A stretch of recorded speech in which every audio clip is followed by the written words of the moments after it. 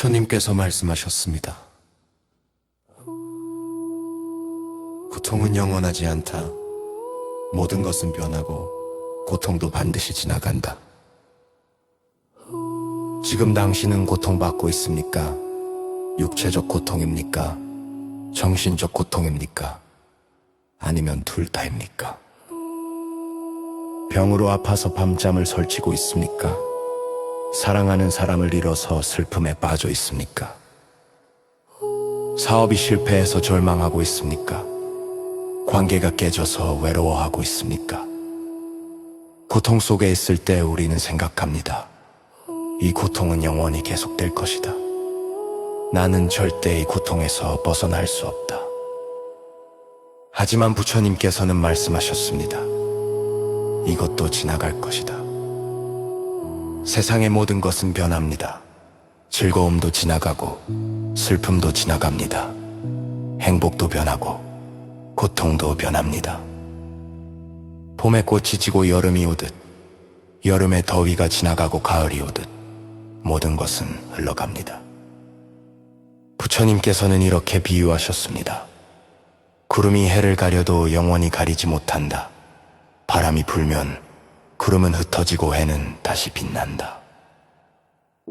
지금 당신의 삶의 고통이라는 구름이 해를 가렸을 뿐입니다. 영원히 어둡지 않습니다. 반드시 햇빛이 다시 비핍니다. 부처님께서는 고통의 본질을 설명하셨습니다. 고통은 집착에서 온다. 우리가 고통받는 이유는 변하는 것을 붙잡으려 하기 때문입니다. 영원하기를 바라는 것들이 변하기 때문입니다. 건강이 영원하기를 바라지만 병이 옵니다. 사랑이 영원하기를 바라지만 이별이 옵니다. 성공이 지속되기를 바라지만 실패가 옵니다. 하지만 이것이 자연의 이치입니다. 모든 것은 인연 따라 모였다가 인연 따라 흩어집니다. 부처님께서는 말씀하셨습니다. 고통을 받아들이면 고통이 줄어든다. 고통을 거부하고 저항하면 고통이 커집니다. 아프지 않으려 하고 슬프지 않으려 하면 더 아프고 더 샘피요. 하지만 고통을 있는 그대로 받아들이면 고통이 약해집니다. 지금 나는 아프다. 지금 나는 슬프다. 고 인정하면 조금 편해집니다. 부처님께서는 두 개의 화살 비유를 하셨습니다. 첫 번째 화살은 피할 수 없다. 병이 오고 이별이 오고 실패가 온다. 이것은 삶의 일부다. 하지만 두 번째 화살은 피할 수 있다. 고통에 대한 고통, 슬픔에 대한 슬픔. 이것은 우리가 스스로 만드는 것이다. 아픈 것은 첫 번째 화살입니다. 피할 수 없습니다.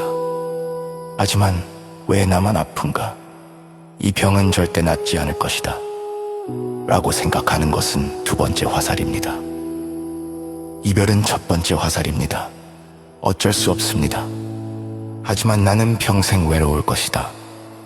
다시는 사랑할 수 없을 것이다. 라고 생각하는 것은 두 번째 화살입니다. 두 번째 화살을 피하십시오. 고통 위에 고통을 더하지 마십시오. 부처님께서는 고통 속에서 하는 수행을 가르치셨습니다. 첫째, 고통을 관찰하십시오. 고통과 하나가 되지 말고 고통을 바라보십시오. 나는 지금 고통을 느끼고 있다. 고 알아차리십시오. 둘째, 호흡에 집중하십시오. 고통이 클 때 호흡으로 돌아오십시오. 숨을 깊게 쉬고 천천히 내쉬십시오.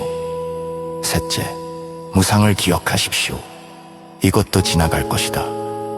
라고 스스로에게 말하십시오. 넷째, 자비를 실천하십시오. 자신에게 자비를 베풀고 같은 고통을 겪는 모든 이에게 자비를 보내십시오. 부처님께서는 말씀하셨습니다.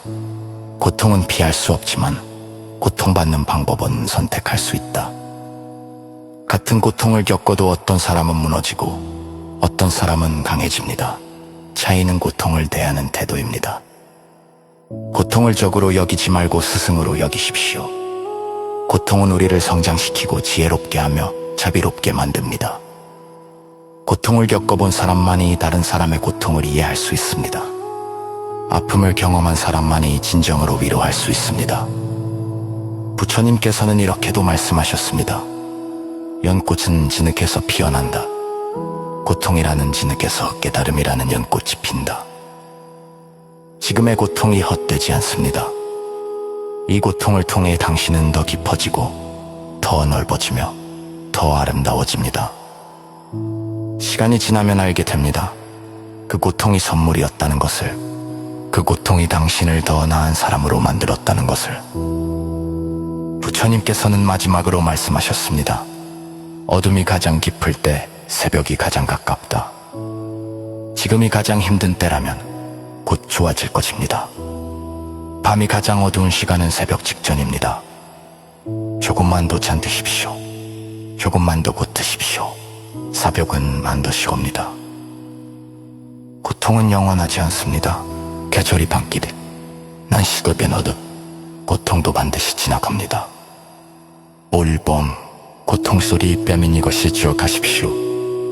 이것도 지나갈 것이다. 그리고는 조금만 더 견디십시오. 해난 간듯이 떠오릅니다. 부창은 내가리 찜전은 고통 곧 지나가고 조가 더웁니다. 부처님께서 말씀하셨습니다. 과거는 이미 지나갔다. 그것을 붙잡고 있으면 현재를 잃는다. 우리는 과거에 살고 있습니다. 어제 일어난 일을 오늘도 생각하고 1년 전 일을 아직도 후회하며 10년 전 일을 잊지 못합니다. 아침에 눈을 뜨면 어제의 실수가 떠오릅니다. 왜 그렇게 말했을까? 왜 그렇게 행동했을까? 자책합니다. 출근길에는 지난주 회의에서 한 말이 생각납니다. 더 잘 말할 수 있었는데 기회를 놓쳤다고 후회합니다. 회사에서는 과거의 실패가 머릿속을 스무탄 그때 다르게 했더라면, 그때 더 노력했더라면, 만약에 라는 생각이 끊이지 않습니다. 저녁에는 지나간 사랑이 그립습니다. 헤어진 연인, 멀어진 친구, 돌아가신 부모님, 과거의 사람들이 생각납니다. 밤에 잠들기 전에는 인생 전체를 후회합니다. 다른 선택을 했더라면 인생이 달라졌을까 상상합니다. 부처님께서는 이것이 고통이라고 말씀하셨습니다.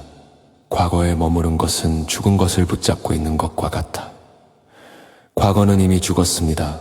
아무리 붙잡아도 살아나지 않습니다. 아무리 후회해도 바뀌지 않습니다. 그런데 왜 우리는 과거를 놓지 못할까요? 부처님께서는 3가지 이유를 말씀하셨습니다. 첫째, 집착 때문이다. 좋았던 과거에 집착하고 그때로 돌아가고 싶어 합니다. 둘째, 후회 때문입니다. 잘못한 것을 후회하고 다시 기회가 주어지기를 바랍니다. 셋째, 두려움 때문입니다.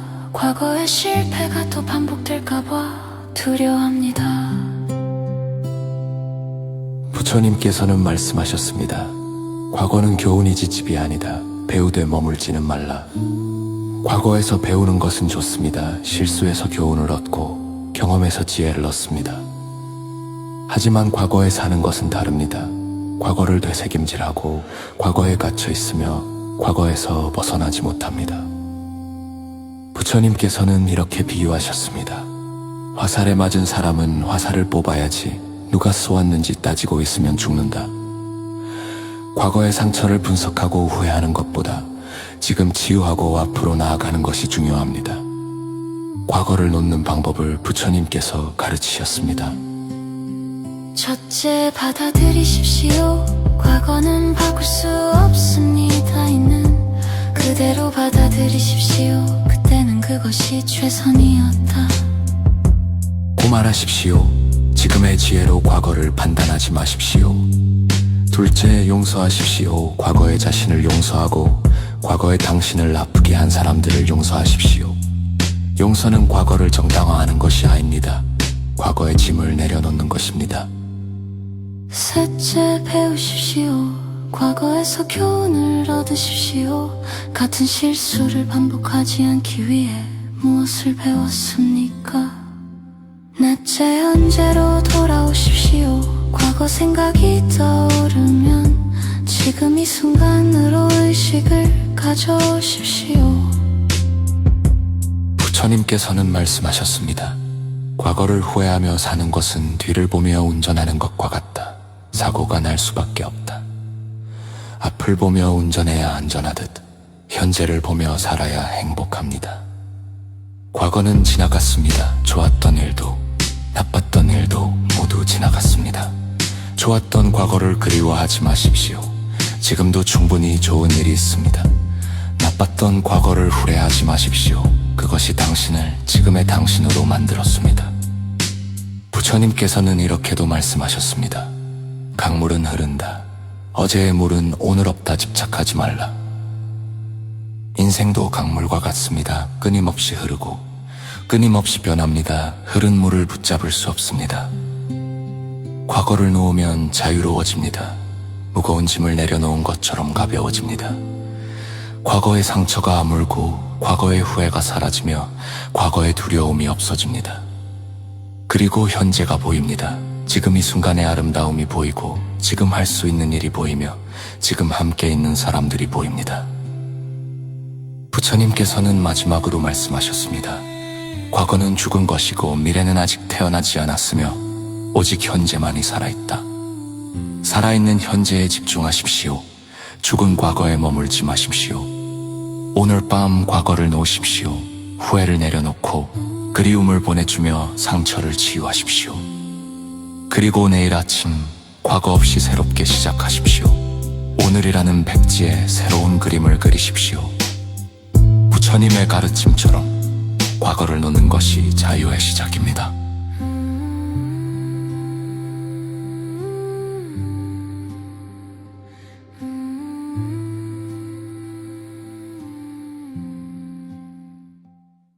부처님께서 말씀하셨습니다.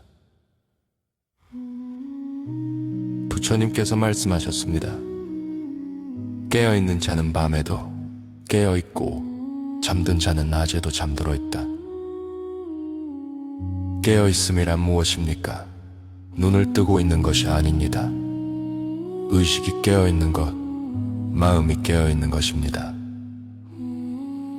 우리는 눈을 뜨고도 잠들어 있습니다. 습관대로 살고 생각 없이 행동하며 무의식적으로 하루를 보냅니다. 아침에 일어나서 같은 행동을 반복합니다. 같은 시간에 일어나고 같은 것을 먹으며 같은 길로 출근합니다. 회사에서도 마찬가지입니다. 생각 없이 일하고 습관적으로 대화하며 기계처럼 움직입니다. 집에 돌아와서도 같습니다. TV를 켜고 휴대폰을 보고 무의식적으로 시간을 보냅니다. 부처님께서는 이것을 잠든 삶이라고 하셨습니다. 눈을 뜨고도 꿈속을 걷는 것과 같다. 깨어있는 삶은 다릅니다. 의식하며 살고 알아차리며 행동하고 깨어서 존재하는 것입니다. 부처님께서는 깨어있음의 중요성을 이렇게 말씀하셨습니다. 방해를 하지 말라. 깨어있으라. 이것이 불멸로 가는 길이다. 방일이란 무엇입니까? 정신을 놓고 사는 것, 무심코 사는 것, 의식 없이 사는 것입니다. 방일하면 삶을 놓칩니다. 아이가 자라는 것도 보지 못하고 계절이 바뀌는 것도 느끼지 못하며 소중한 순간들을 놓칩니다. 부처님께서는 깨어있는 방법을 가르치셨습니다. 첫째, 호흡을 알아차리십시오. 숨이 들어오고 나가는 것을 의식하십시오. 호흡은 항상 현재에 있습니다. 호흡을 알아차리면 현재에 머물게 됩니다. 둘째, 몸을 알아차리십시오. 걸을 때 걷는 것을 알고 앉을 때 앉는 것을 알며 먹을 때 먹는 것을 아십시오. 셋째, 감정을 알아차리십시오. 화가 날 때 지금 화가 난다 고 알아차리고 슬플 때 지금 슬프다고 인식하십시오. 넷째, 생각을 알아차리십시오. 생각이 떠오르는 것을 보고 생각과 동일시하지 마십시오. 부처님께서는 말씀하셨습니다. 알아차림이 곧 깨어 있습니다. 매 순간을 알아차리십시오. 무엇을 하든 어디에 있든 알아차리며 하십시오. 부처님께서는 깨어있는 삶의 특징을 설명하셨습니다. 첫째, 깨어있으면 반응하지 않고 응답합니다. 충동적으로 반응하지 않고 의식적으로 선택합니다. 화가 나도 바로 화내지 않고 슬퍼도 바로 울지 않으면 잠시 멈추고 선택합니다. 둘째, 깨어있으면 습관에서 벗어납니다. 자동적으로 행동하지 않고 의식적으로 행동합니다. 항상 하던 대로 하지 않고 정말 필요한지 생각하고 더 나은 방법을 찾습니다. 셋째, 깨어있으면 삶이 풍요로워집니다. 같은 일상도 새롭게 보이고 평범한 것도 특별해집니다. 부처님께서는 이렇게 비유하셨습니다. 잠든 자에게는 100년이 하루 같고 깨어있는 자에게는 하루가 100년 같다. 깨어있으면 시간이 풍요로워집니다. 같은 시간을 살아도 더 깊이 경험하고 더 많이 배우며 더 풍성하게 삽니다. 부처님께서는 또한 깨어있음을 유지하는 방법을 가르치셨습니다. 첫째, 이침에 일어난 다짐하십시오. 오늘 하루 깨어서 살겠습니다. 라고 말하십시오. 둘째, 하루 중 여러 번 멈추십시오. 시계 알람을 맞춰 놓고 알람이 울릴 때마다 잠시 멈추고 호흡하십시오. 셋째, 저녁에 돌아보십시오. 오늘 하루 얼마나 깨어 있었는지 반성하십시오. 낮전 영상하십시오. 매일 조금씩이라도 앉아서 영상하십시오. 부처님께서는 이렇게 비유하셨습니다. 잠든 자에게는 100년이 하루 같고 깨어있는 자에게는 하루가 100년 같다. 깨어있으면 시간이 풍요로워집니다. 같은 시간을 살아도 더 깊이 경험하고 더 많이 배우며 더 풍성하게 삽니다. 부처님께서는 또한 깨어있음을 유지하는 방법을 가르치셨습니다. 첫째, 아침에 일어난 다짐하십시오. 오늘 하루 깨어서 살겠습니다. 라고 말하십시오.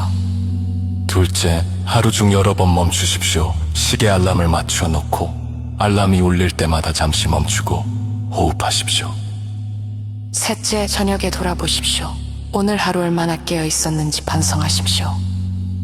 넷째, 명상하십시오. 매일 조금씩이라도 앉아서 명상하십시오. 부처님께서는 말씀하셨습니다. 명상은 깨어 있음을 훈련하는 것이다. 명상 중에 깨어있는 연습을 하면 일상에서도 깨어있기 쉬워집니다. 부처님께서는 깨어있음의 단계를 설명하셨습니다. 처음에는 가끔 깨어있습니다. 대부분의 시간은 잠들어 있고 가끔 의식합니다.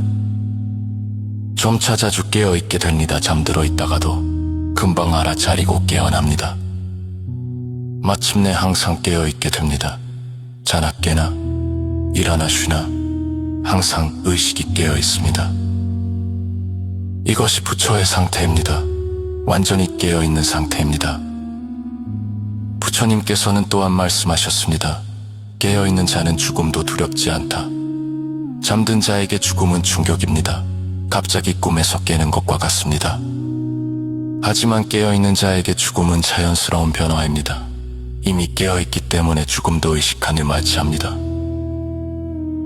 부처님께서는 마지막 중간에도 깨어 계셨습니다. 신자들에게 마지막 가르침한 자세는 말씀하셨습니다. 방일하지 말라, 깨어 있으라. 이것이 나의 말씀 안 가르칩니다. 그리고 완자리 의식가샤 샹계를 연가르 드셨습니다. 부처님께서는 우리에게도 같은 가르침을 주십니다. 깨어 있으라, 말씀가라의 주간을 살아라. 참교로 사는 100년가라 깨어시 혀를 나러 강했습니다. 무의식으로 사는 기어의 생보다 식한을 사는 기어가 신관이 더 같이 있습니다. 오늘은 전등께서는 반성하십시오. 매일은 다 깨어서 살겠습니다. 그리고 매일 아침 열끈한 기억하십시오. 난 지금 깨어있다. 부처님이 가르친 대로 깨어있는 삶을 진정한 장입니다. 며칠 차라리 잠기십시오. 100원이야. 깨어있는 사람 하루를 시작하십시오. 부처님께서 말씀하셨습니다. 고정된 나라는 것은 없다. 나는 인연 따라 만들어진 것일 뿐이다. 우리는 나라는 존재가 확고하다고 믿습니다. 내 몸, 내 마음, 내 생각, 내 것이라고 여깁니다. 하지만 부처님께서는 이것이 착각이라고 말씀하셨습니다. 나라는 것은 없다, 무아입니다. 지금 당신의 몸을 생각해 보십시오. 이것이 정말 당신의 것입니까? 10살 때의 몸과 지금의 몸은 완전히 다릅니다. 세포는 끊임없이 죽고 새로 태어납니다. 과학자들은 말합니다. 7년이 지나면 우리 몸의 모든 세포가 새로운 세포로 바뀐다고 합니다. 그렇다면 7년 전에 나와 지금의 나는 같은 존재입니까? 몸은 완전히 바뀌었는데 왜 나라고 부릅니까? 마음도 마찬가지입니다. 어제의 생각과 오늘의 생각이 다릅니다. 아침의 기분과 저녁의 기분이 다릅니다. 화가 났다가 기뻐하고 슬펐다가 즐거워하며 사랑했다가 미워합니다. 어느 것이 진짜 나입니까? 부처님께서는 말씀하셨습니다. 나는 오온의 집합일 뿐이다. 오온이란 색, 수, 상, 행, 식입니다. 몸과 느낌과 생각과 의지와 인식입니다. 이 5가지가 모여서 나라고 부르는 것이 만들어집니다. 하지만 이것들은 끊임없이 변합니다. 마치 강물과 같습니다. 강물은 물의 흐름일 뿐입니다. 고정된 강물이라는 것은 없습니다. 나도 마찬가지입니다. 오온의 흐름일 뿐입니다. 고정된 나라는 것은 없습니다. 그런데 왜 우리는 나라는 것이 있다고 착각할까요? 부처님께서는 집착 때문이라고 하셨습니다. 내 몸에 집착하고 내 마음에 집착하며 내 생각에 집착합니다. 내 것이라고 여기며 붙잡습니다. 하지만 붙잡을 수 없습니다. 몸은 변하고 마음은 변하며 생각은 변합니다. 변하는 것을 붙잡으려 하니 고통스럽습니다. 이것이 우리가 괴로운 이유입니다. 부처님께서는 말씀하셨습니다. 무아를 깨달으면 집착이 사라진다. 나라는 것이 없다는 것을 깨달으면 내 몸에 집착하지 않게 됩니다. 아파도 괜찮고 늙어도 괜찮습니다. 내 마음에 집착하지 않게 됩니다. 화가 나도 괜찮고 슬퍼도 괜찮습니다. 어차피 지나갈 감정입니다. 내 생각에 집착하지 않게 됩니다. 내 생각이 옳다고 우기지 않고 다른 생각도 받아들일 수 있습니다. 내 것에 집착하지 않게 됩니다. 돈, 명예, 지위, 모든 것이 본래 내 것이 아니었습니다. 부처님께서는 이렇게 비유하셨습니다. 손님이 여관에 머무르듯 우리도 이 세상에 잠시 머물 뿐이다. 여관 주인이 손님의 짐에 집착하지 않듯 우리도 이 몸과 마음에 집착하지 말아야 합니다. 무아를 깨닫는 것이 어려운 이유는 오랜 습관 때문입니다. 태어나서부터 지금까지 나라고 믿어왔습니다. 하지만 부처님께서는 말씀하셨습니다. 조금씩 깨달아가라. 하루아침에 되는 것이 아니다. 오늘 밤부터 시작하십시오.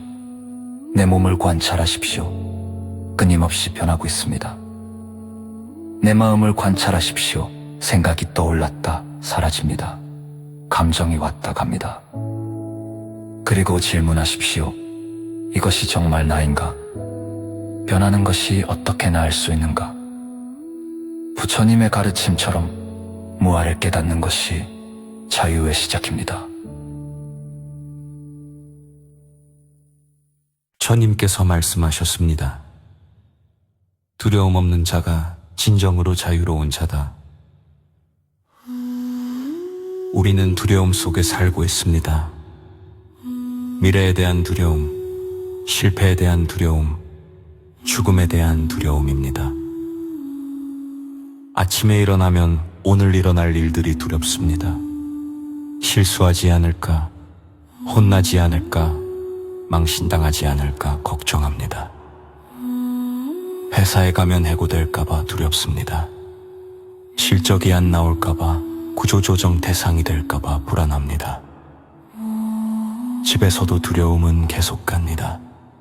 가족이 아플까봐, 사고가 날까봐, 나쁜 일이 생길까봐 걱정합니다. 밤에는 미래가 두렵습니다. 노후가 불안하고 건강이 나빠질까봐 외롭게 될까봐 두려워합니다. 부처님께서는 두려움의 근원을 설명하셨습니다.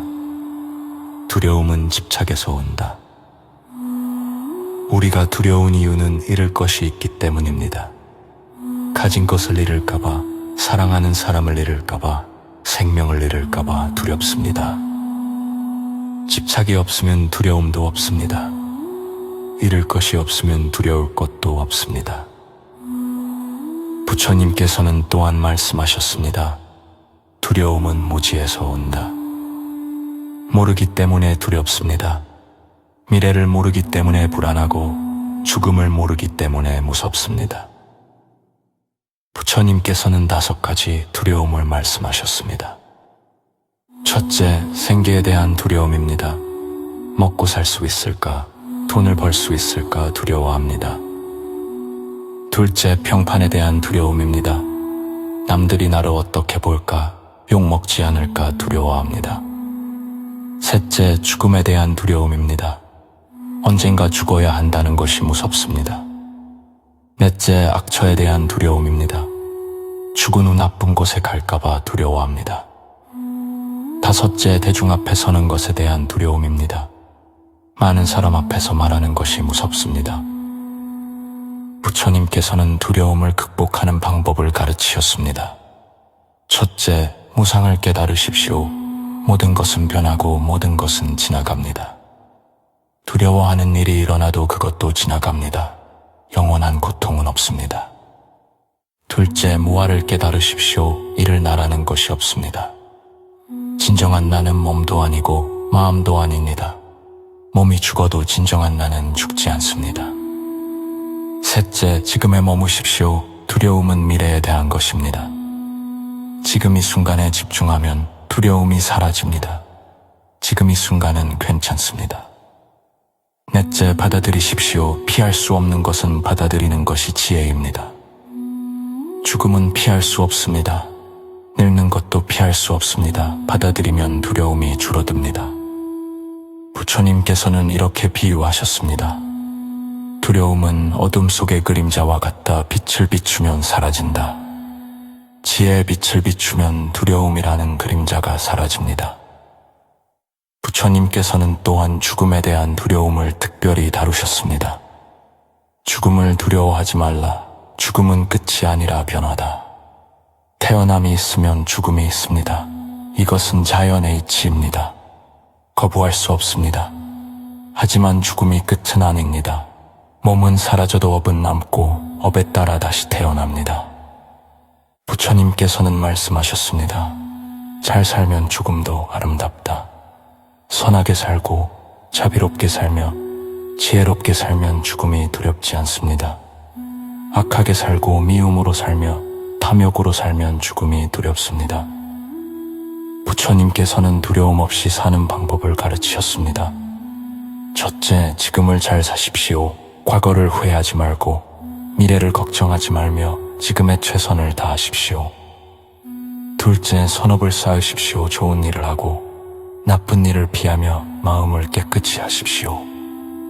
셋째, 집착을 놓으십시오. 가지되에 집착하지 않고 사랑하되 소유하지 않으십시오. 넷째, 믿음을 가지십시오. 부처님의 가르침을 믿고 인과의 법칙을 믿으며 진리를 믿으십시오. 부처님께서는 또한 말씀하셨습니다. 두려움을 이기는 가장 좋은 방법은 두려움을 직면하는 것이다. 두려운 것을 피하면 두려움이 더 커집니다. 하지만 직면하면 두려움이 작아집니다. 죽음이 두렵다면 죽음을 명상하십시오. 죽음을 깊이 생각하고 죽음을 받아들이십시오. 실패가 두렵다면 실패를 경험하십시오. 실패해도 죽지 않습니다. 다시 일어설 수 있습니다. 부처님께서는 용기에 대해 말씀하셨습니다. 용기는 두려움이 없는 것이 아니라 두려움에도 불구하고 행동하는 것이다. 두렵더라도 희야 날아가십시오. 뜸이더라도 오름이라 가십시오. 부처님께서는 마지막으로 말씀하셨습니다. 두려움 없는 자는 누구도 두려워하지 않는다. 두려움이 없으면 다담해집니다. 조금 더 실패가 없기는도 두렵지 않습니다. 자비롭게 살 수 있고 최선을 말할 수 있으며 옳은 일은 할 수 있습니다. 꾸려밤 당신의 두려움을 두려보십시오. 옷을 더럽습니다. 두리봉 이후부터 두려움을 직면하십시오. 피해서나도 받아들이십시오. 부처님의 가르친 자로 두려움으로 묻는 맛이 용기한 시절입니다. 부처님께서 말씀하셨습니다. 부처님께서 말씀하셨습니다. 말 한마디로 천냥빚을 갚고 말 한마디로 천냥빚을 진다. 우리는 하루에 수천 개의 말을 합니다. 아침 인사부터 저녁 작별 인사까지 끊임없이 말하고 또 말합니다. 하지만 대부분의 말은 생각 없이 나옵니다. 무심코 던진 말, 습관적으로 하는 말, 감정에 휩싸여 뱉은 말들입니다. 그리고 그 말들이 상처를 줍니다. 가족에게, 친구에게, 동료에게, 때로는 낯선 사람에게까지 상처를 줍니다. 부처님께서는 말의 중요성을 이렇게 설명하셨습니다. 말은 칼보다 날카롭다. 칼에 베인 상처는 아물지만 말에 베인 상처는 평생 남는다.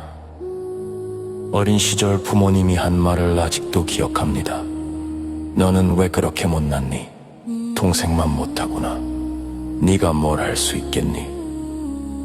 10년 전 선생님이 한 말도 잊히지 않습니다. 너는 안 될 거야. 재능이 없어. 포기하는 게 낫겠다. 1년 전 배우자가 화났을 때 한 말도 가슴에 남아 있습니다. 당신이랑 결혼한 게 후회돼. 차라리 혼자 사는 게 나아. 부처님께서는 말씀하셨습니다. 한 번 뱉은 말은 다시 담을 수 없다. 화살은 한 번 날아가면 되돌릴 수 없다. 화가 났을 때 내뱉은 말을 나중에 후회해도 소용없습니다. 상대방은 이미 상처받았고 그 상처는 쉽게 아물지 않습니다. 사과한다고 해도 완전히 지워지지 않습니다. 용서받을 수는 있지만 그 말은 상대방의 기억에 남습니다. 부처님께서는 4가지 나쁜 말을 경계하라고 하셨습니다. 첫째, 거짓말입니다. 사실이 아닌 것을 사실인 것처럼 말하는 것입니다. 작은 거짓말도 해롭습니다. 거짓말은 거짓말을 낳고 결국 자신도 진실을 잊어버립니다. 둘째, 이간질하는 말입니다. 사람들 사이를 갈라놓는 말, 뒤에서 나쁘게 말하는 것입니다. 네가 없을 때 그 사람이 너 욕하더라. 고말하며 관계를 망치는 것입니다. 셋째, 거친 말입니다. 욕설, 비난, 조롱, 상처 주는 모든 말입니다. 화가 나도 거칠게 말하지 마십시오. 거친 말은 관계를 파괴합니다. 넷째, 쓸데없는 말입니다. 남을 비방하고 자랑하고 헛된 이야기를 늘어놓는 것입니다. 부처님께서는 또한 4가지 좋은 말을 실천하라고 하셨습니다. 첫째, 진실한 말입니다. 사실을 있는 그대로 말하되 상대를 해치지 않게 말하십시오. 진실도 때와 장소를 가려서 말해야 합니다. 진실이라고 해서 무조건 말하면 안 됩니다. 둘째, 화합하는 말입니다. 사람들을 이어주고 관계를 좋게 하는 말을 하십시오. 그 사람이 너를 칭찬하더라. 너희 둘 다 좋은 사람이야. 라고 말하며 관계를 회복시키십시오. 셋째, 부드러운 말입니다. 친절하고 따뜻하고 존중하는 말을 하십시오. 같은 내용도 어떻게 말하느냐에 따라 다릅니다. 이것 좀 해줘 보다 이것 좀 도와줄 수 있어 가났습니다. 넷째, 의미 있는 말입니다. 도움이 되고 위로가 되고 영감을 주는 말을 하십시오. 부처님께서는 말하기 전에 3가지를 점검하라고 하셨습니다. 첫째, 이것은 진실입니까? 확실하지 않으면 말하지 마십시오. 둘째, 이것은 필요한 말입니까? 불필요하면 침묵하십시오. 셋째, 이것은 친절한 말입니까? 상처절한 말이면 다시 표현하십시오. 3가지를 모두 통과한 말만 하십시오. 그러면 말의 양은 줄어들지만 질은 높아집니다. 부처님께서는 또한 듣는 것의 중요성을 가르치셨습니다. 2개의 귀와 1개의 입을 준 이유는 말하기보다 듣기를 2배 더 하라는 뜻이다. 사람들은 듣지 않고 말하기만 합니다. 상대방이 말하는 중에 다음에 할 말을 준비합니다. 진정으로 들으십시오. 판단하지 말고 끼어들지 말고 온전히 상대방의 말에 집중하십시오. 부처님께서는 말씀하셨습니다. 지혜로운 자는 말을 아낀다. 어리석은 자는 말이 많다. 말이 많을수록 실수가 많아집니다. 침묵이 금일 때가 많습니다. 확실하지 않으면 말하지 마십시오. 도움이 안 되면 침묵하십시오. 상처를 주면 말을 멈추십시오. 부처님께서는 이렇게도 말씀하셨습니다. 말하기 전에 생각하라. 생각한 후에 말하라. 화가 났을 때는 특히 조심하십시오. 10까지 세고 깊게 숨을 쉬고 진정된 후에 말하십시오. 슬플 때도 조심하십시오. 감정적인 상태에서 한 말은 나중에도 계약이 됩니다. 부처님께서는 말하심을 이렇게 교함하셨습니다. 좋은 말은 곧 더 갖다서 향기라 보뜨리고 나쁜 말은 다 주워 갖다서 상처로 낸다. 당신의 말은 어떤 말입니까? 물춤입니까? 가십니까? 사람들을 단체의 말을 듣고 기뻐합니다. 아니 난 상처 같습니다. 오늘 너무 나라한 말들을 노려보십시오. 후회되는 말을 씁니다. 산춤춤 말했습니다. 그리고 너희부터 말을 조심하십시오. 말하기 전에 생각하고 생각한 후에 말하십시오. 부총립을 달아 청자름 말을 조심하란 것이 시의 시적입니다.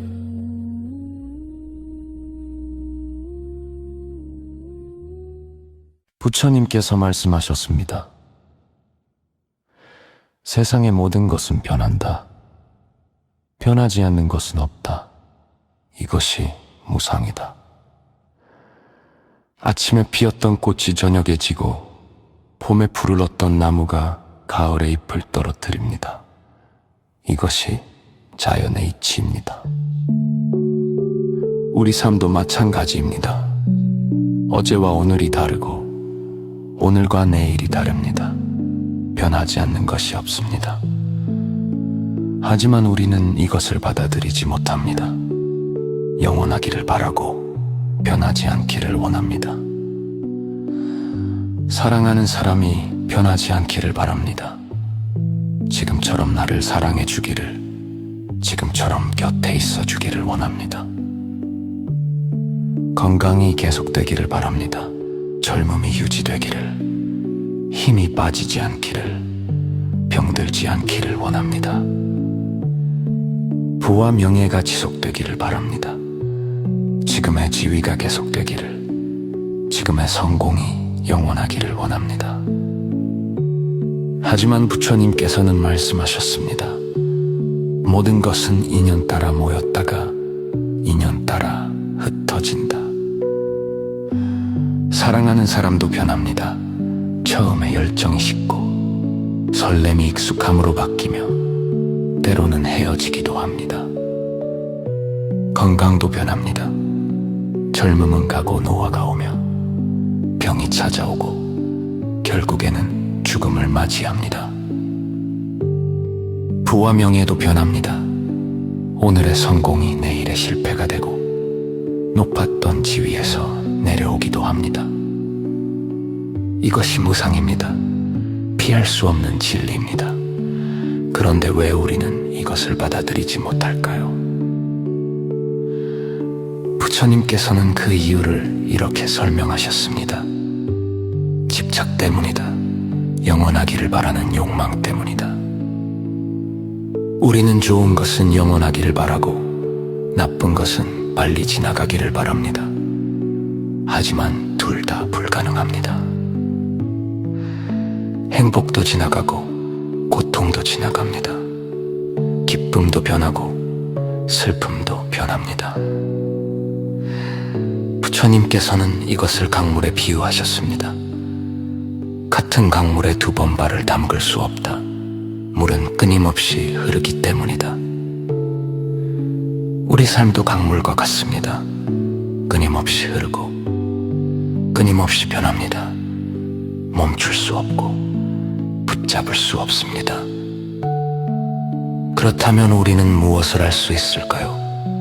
부처님께서는 받아들이라고 하셨습니다. 변화를 거부하지 말고 변화를 받아들이라고 하셨습니다. 흐름에 저항하지 말고 흐름을 따라가라고 하셨습니다. 사랑하는 사람이 변한다면 그 변화를 받아들이십시오. 그것이 자연스러운 것입니다. 건강이 나빠진다면 그것도 받아들이십시오. 누구나 늙고 병들고 죽습니다. 부와 명예를 잃는다면 그것도 받아들이십시오. 얻었던 것은 언젠가 잃게 됩니다. 부처님께서는 말씀하셨습니다. 무상을 깨닫는 것이 지혜의 시작이다. 모든 것이 변한다는 것을 깨달으면 집착이 사라집니다. 집착이 사라지면 고통이 사라집니다.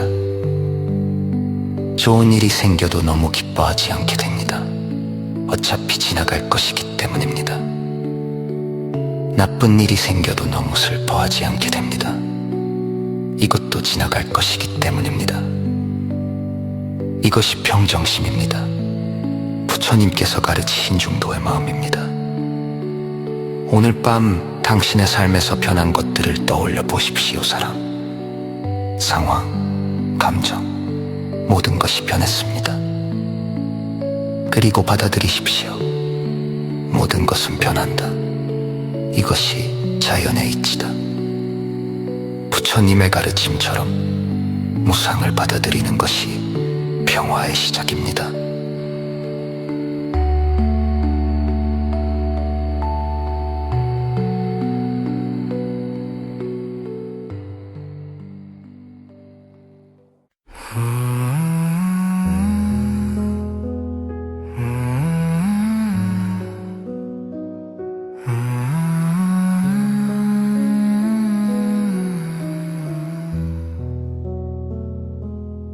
부처님께서 말씀하셨습니다. 미래를 걱정하는 것은 오지 않은 비를 피하려고 우산을 쓰는 것과 같다. 우리는 미래를 걱정하며 살아갑니다. 내일 회의는 어떻게 될까? 다음 주 프로젝트는 성공할까? 내년에는 승진할 수 있을까? 아침에 일어나면 오늘 일어날 일들을 걱정합니다. 상사가 뭐라고 할까? 고객이 화내지 않을까? 실수하지 않을까? 출근길에는 앞으로의 경력을 걱정합니다. 이 회사에 계속 다녀야 할까? 이직해야 할까? 앞으로 어떻게 될까? 회사에서는 미래의 일을 걱정합니다. 이 일이 잘못되면 어떡하지? 실적이 안 나오면 어떡하지? 구조조정 대상이 되면 어떡하지? 점심시간에는 노후를 걱정합니다. 은퇴 후에 먹고 살 수 있을까? 연금이 충분할까? 건강은 괜찮을까? 저녁에는 자녀의 미래를 걱정합니다. 공부를 잘할까? 좋은 대학에 갈까? 취직을 할 수 있을까? 밤에는 더 먼 미래를 걱정합니다. 집값은 어떻게 될까? 경제는 어떻게 될까? 세상은 어떻게 변할까? 부처님께서는 이것이 쓸데없는 고통이라고 말씀하셨습니다.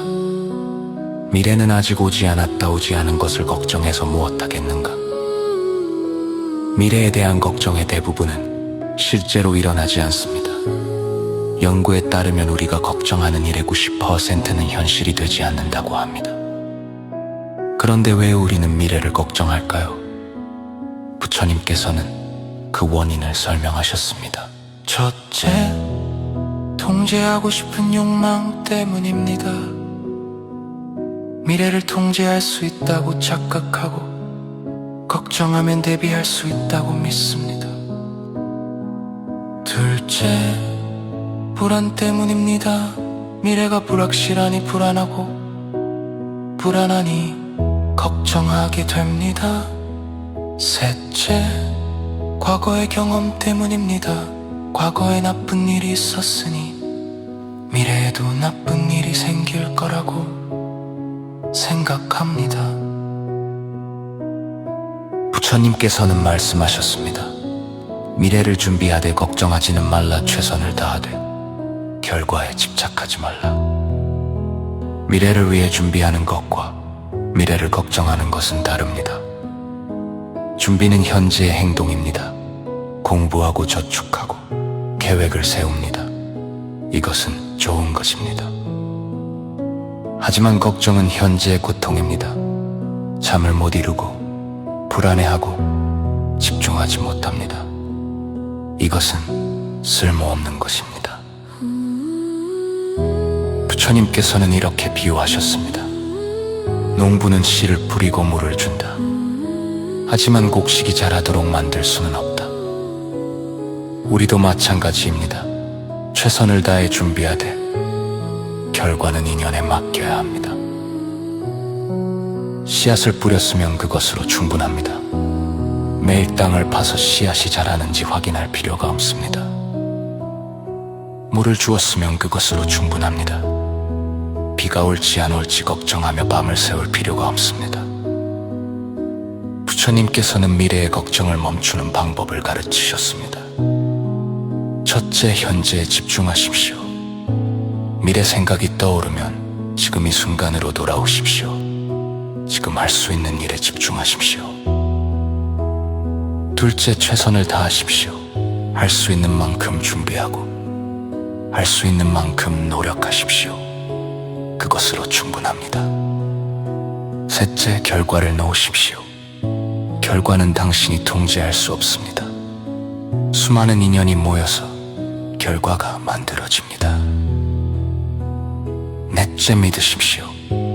지금까지 잘 살아왔듯이 앞으로도 잘 살아갈 것입니다. 당신에게는 그럴 능력이 있습니다. 부처님께서는 또한 말씀하셨습니다. 한 걸음씩 걸어가라. 천리길도 한 걸음부터다. 미래 전체를 보면 막막합니다. 하지만 오늘 하루만 보면 할 수 있습니다. 오늘 할 일에만 집중하십시오. 내일 일은 내일 걱정하십시오. 내년 일은 내년에 생각하십시오. 부처님께서는 이렇게도 말씀하셨습니다. 걱정은 미래를 바꾸지 못한다. 단지 현재를 망칠 뿐이다. 걱정한다고 미래가 좋아지지 않습니다. 오히려 현재가 불행해질 뿐입니다. 지금 이 순간 당신은 괜찮습니다.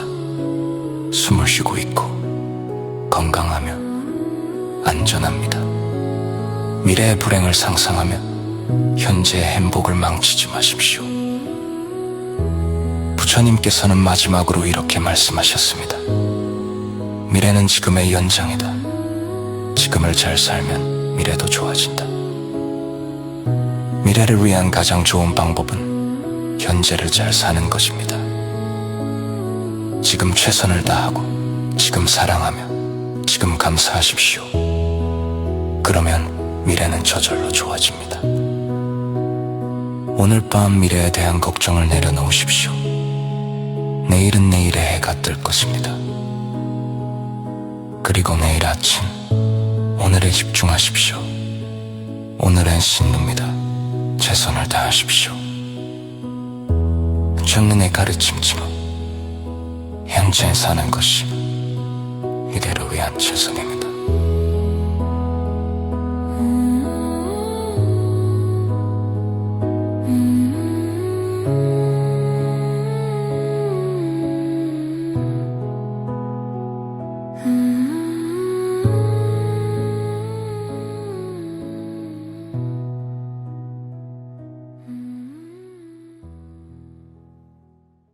부처님께서 말씀하셨습니다. 부처님께서 말씀하셨습니다. 베푸는 자가 가장 많이 받는다.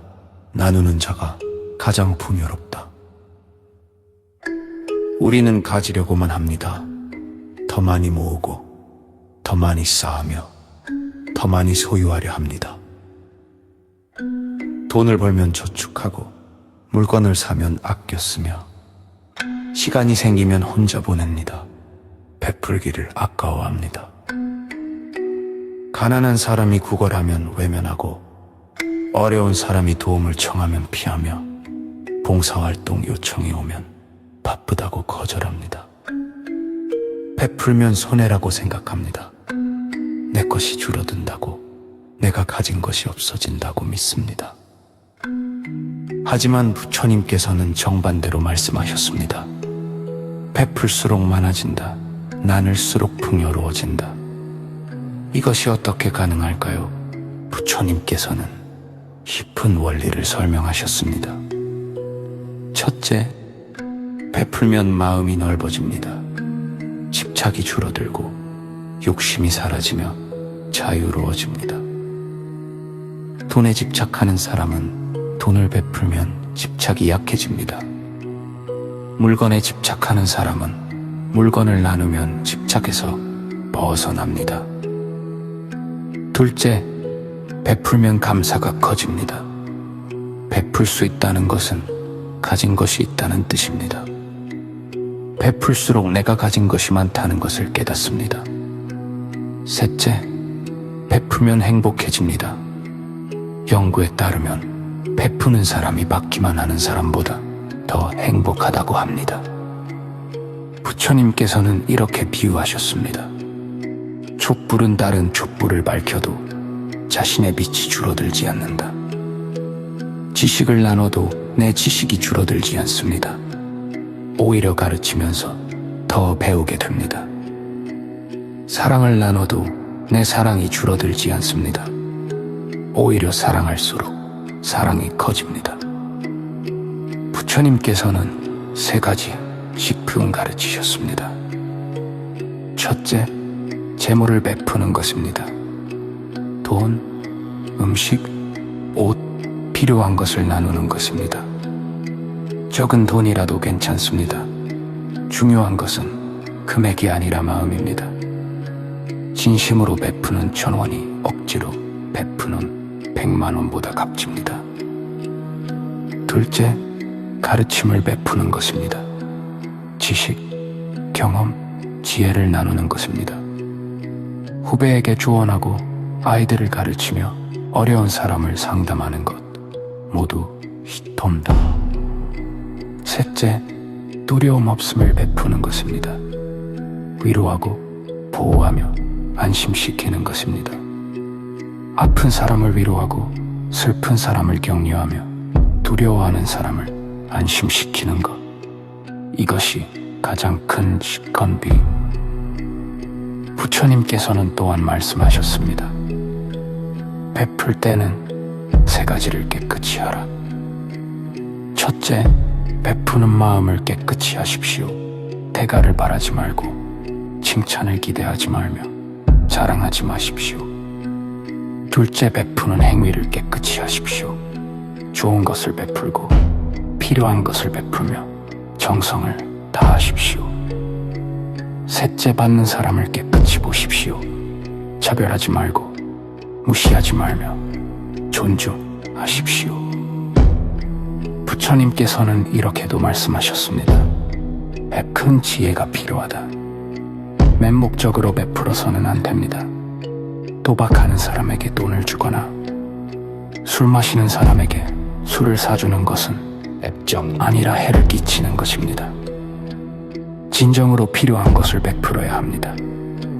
배고픈 사람에게는 음식을, 추운 사람에게는 옷을, 아픈 사람에게는 위로를 주어야 합니다. 부처님께서는 작은 조스 소중히 여기라고 하셨습니다. 큰 강도 작은 물방울이 모여 이루어진다.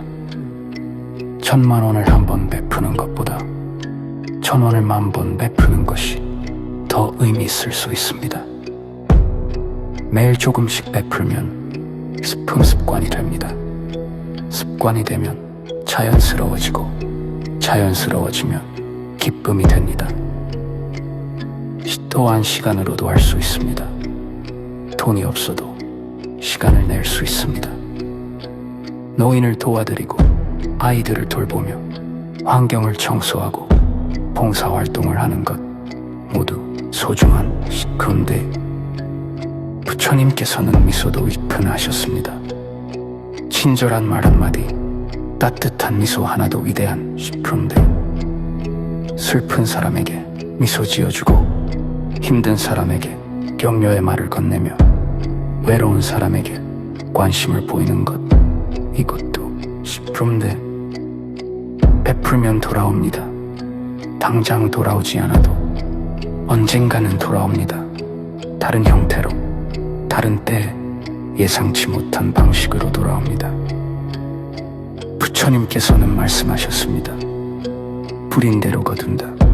선을 뿌리면 선을 거두고 악을 뿌리면 악을 거둔다.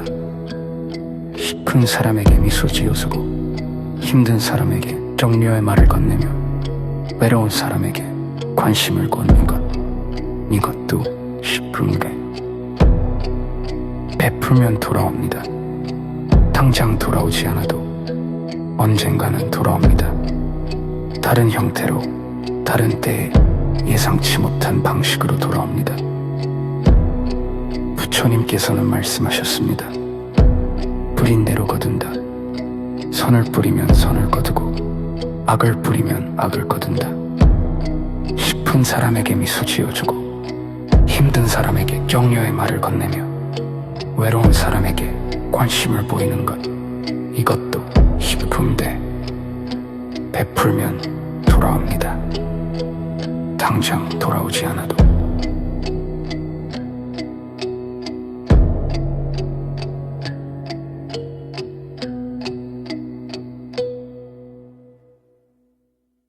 부처님께서 말씀하셨습니다.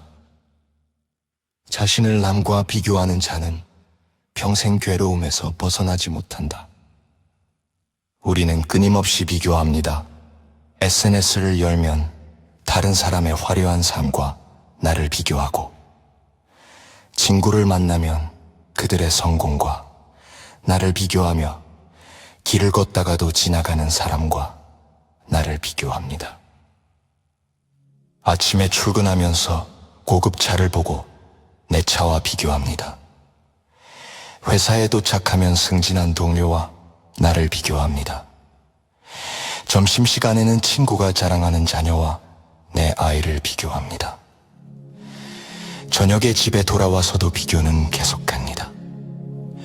TV에 나오는 연예인의 외모와 내 외모를 비교하고, 인터넷에서 본 성공한 사람과 나를 비교합니다.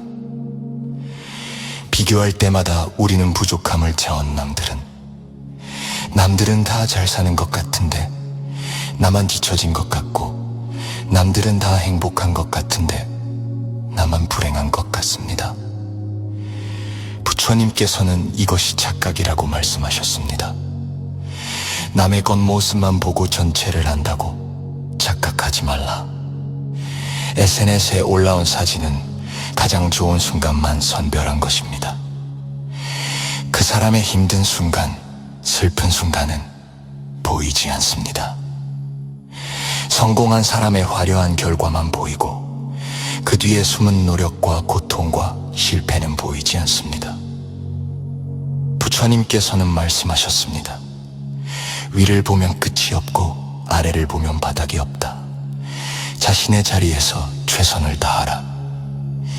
아무리 성공해도 더 성공한 사람이 있습니다. 아무리 부자여도 더 부자인 사람이 있습니다. 위만 보면 평생 만족할 수 없습니다. 반대로 아무리 힘들어도 더 힘든 사람이 있습니다. 아무리 가난해도 더 가난한 사람이 있습니다. 아래만 보는 것도 교만으로 이어집니다. 부처님께서는 중도를 가르치셨습니다. 위도 아래도 아닌 자신의 자리에서 최선을 다하라고 하셨습니다. 부처님께서는 또한 이렇게 비유하셨습니다. 호랑이는 호랑이답게, 토끼는 토끼답게 살면 그것으로 족하다. 호랑이가 새처럼 날 수 없다고 불행한 것이 아닙니다. 토끼가 사자처럼 강하지 못하다고 쓸모없는 것이 아닙니다. 각자 자신의 능력으로 자신의 삶을 사는 것이 가장 아름답습니다. 당신에게는 당신만의 재능이 있습니다. 남들은 가지지 못한 당신만의 특별함이 있습니다. 노래를 잘하는 사람, 그림을 잘 그리는 사람, 계산을 잘하는 사람, 사람들을 웃기는 사람, 남을 위로하는 사람 모두 다릅니다. 부처님께서는 말씀하셨습니다. 자신의 빛을 찾아라. 남의 빛과 비교하지 말고 자신의 빛을 밝혀라. 당신은 이미 빛나고 있습니다. 다만 남과 비교하느라 자신의 빛을 보지 못할 뿐입니다. 비교를 멈추면 보입니다. 당신이 가진 것들이 보이고 당신이 잃은 것들이 보이며 당신의 가치가 보입니다. 부처님께서는 이렇게도 말씀하셨습니다. 꽃은 서로 비교하지 않는다. 장미는 장미답게, 국화는 국화답게 필 뿐이다. 장미가 국화를 부러워하지 않고 국화가 장미를 질투하지 않습니다. 각자의 아름다움으로 각자의 때에 빕니다. 당신도 그렇게 피어나십시오. 남과 비교하지 말고 당신의 아름다움으로 당신의 때에 피어나십시오. 부처님께서는 또한 비교의 해로움을 이렇게 설명하셨습니다. 비교는 교만과 열등감을 동시에 만든다. 나보다 못한 사람을 보면 교만해지고 나보다 나은 사람을 보면 열등감을 감지해 둘 다 고통입니다. 교만하면 발전이 멈추고 열등감에 빠지면 자신감을 잃습니다. 비교는 백해무익합니다. 그렇다면 어떻게 비교를 멈출 수 있을까요? 부처님께서는 감사를 가르치셨습니다. 지금 가진 것에 감사하는 비교가 사라진다. 남이 가진 것을 보지 말고 내가 가진 것을 보십시오. 남이 잃은 것을 부러워하지 말고 내가 잃은 것에 감사하십시오. 건강한 몸, 따뜻한 집, 사랑하는 가족, 믿을 수 있는 친구 이것만으로도 당신은 부자입니다. 부처님께서는 마지막으로 이렇게 말씀하셨습니다. 어제의 나와 오늘의 나를 비교하라. 남과 비교하지 말고 남보다 나아졌는가가 아니라 어제의 나보다 나아졌는가를 보십시오. 그것이 진정한 성장입니다. 오늘 밤 남과의 비교를 멈추십시오. 그리고 당신 자신을 보십시오. 당신은 이미 충분히 가치 있는 사람입니다. 부처님의 가르침처럼 비교를 멈추는 것이 행복의 시작입니다.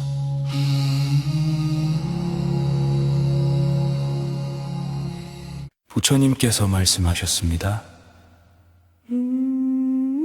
욕망은 타오르는 불과 같다. 더 많이 가질수록 더 많이 원한다. 우리는 끊임없이 무언가를 원합니다. 더 큰 집, 더 좋은 차, 더 많은 돈, 더 높은 지위를 바랍니다. 어렸을 때는 장난감을 원했습니다. 친구의 장난감이 부러워서 같은 것을 사달라고 졸랐습니다. 학생 때는 좋은 성적을 원했습니다. 1등을 하고 싶었고 명문대학에 가고 싶었습니다. 직장인이 되어서는 승진을 원합니다. 더 높은 자리, 더 많은 연봉, 더 큰 권한을 바랍니다. 결혼해서는 더 큰 집을 원합니다. 아이들 방이 필요하고 서재가 필요하고 더 좋은 동네에 살고 싶습니다.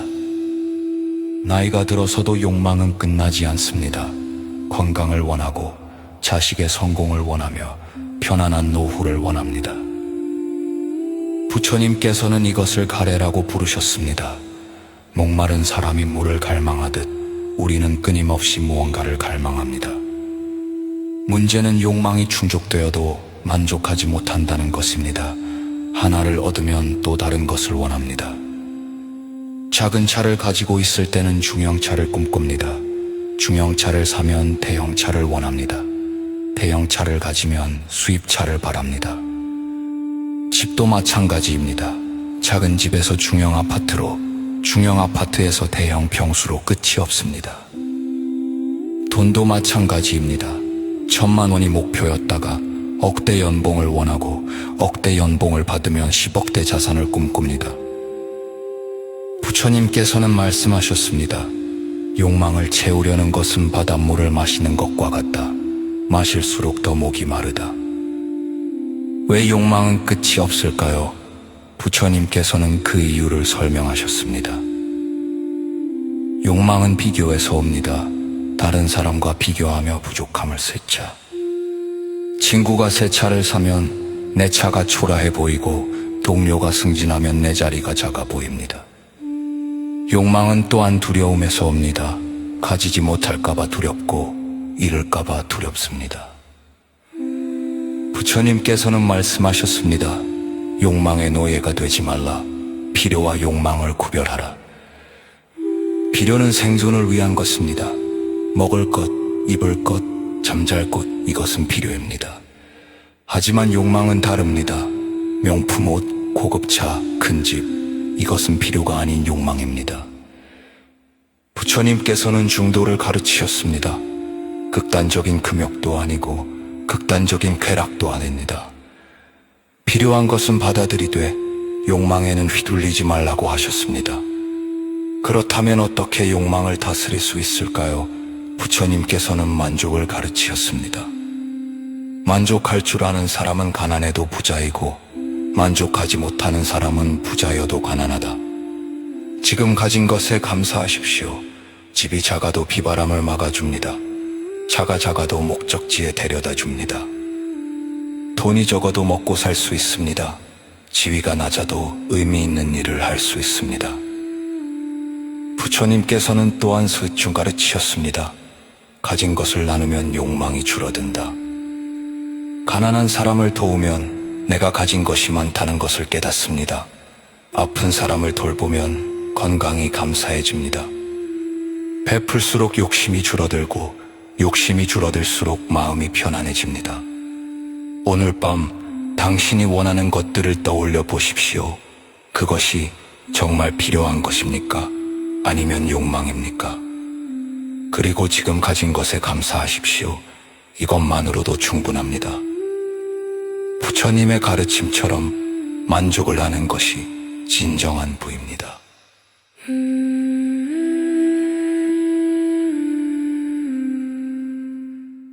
부처님께서 말씀하셨습니다. 원한을 원한으로 갚으면 원한은 끝나지 않는다. 용서로만 원한이 끝난다. 우리는 용서하지 못하고 살아갑니다. 나를 배신한 사람, 나를 상처 준 사람, 나를 무시한 사람을 용서하지 못합니다. 10년 전에 상처 준 사람을 아직도 원망하고 5년 전에 배신한 친구를 아직도 미워하며 작년에 무시한 동료를 아직도 기억합니다. 부모님이 어렸을 때 한 말을 아직도 가슴에 품고 살고 선생님이 학창시절에 한 말을 아직도 잊지 못하며 첫사랑이 남긴 상처를 아직도 안고 삽니다. 용서하지 못한 채 살아가는 것은 독약을 품고 사는 것과 같습니다. 상대방은 편하게 살고 있는데 나만 괴로워합니다. 부처님께서는 말씀하셨습니다. 용서하지 않는 것은 뜨거운 석탄을 쥐고 있는 것과 같다. 먼저 타는 것은 자기 손이다. 상대방을 벌 주려고 원한을 품지만 정작 벌 받는 사람은 자신입니다. 밤에 잠을 못 이루고 건강을 해치며 행복을 잃습니다.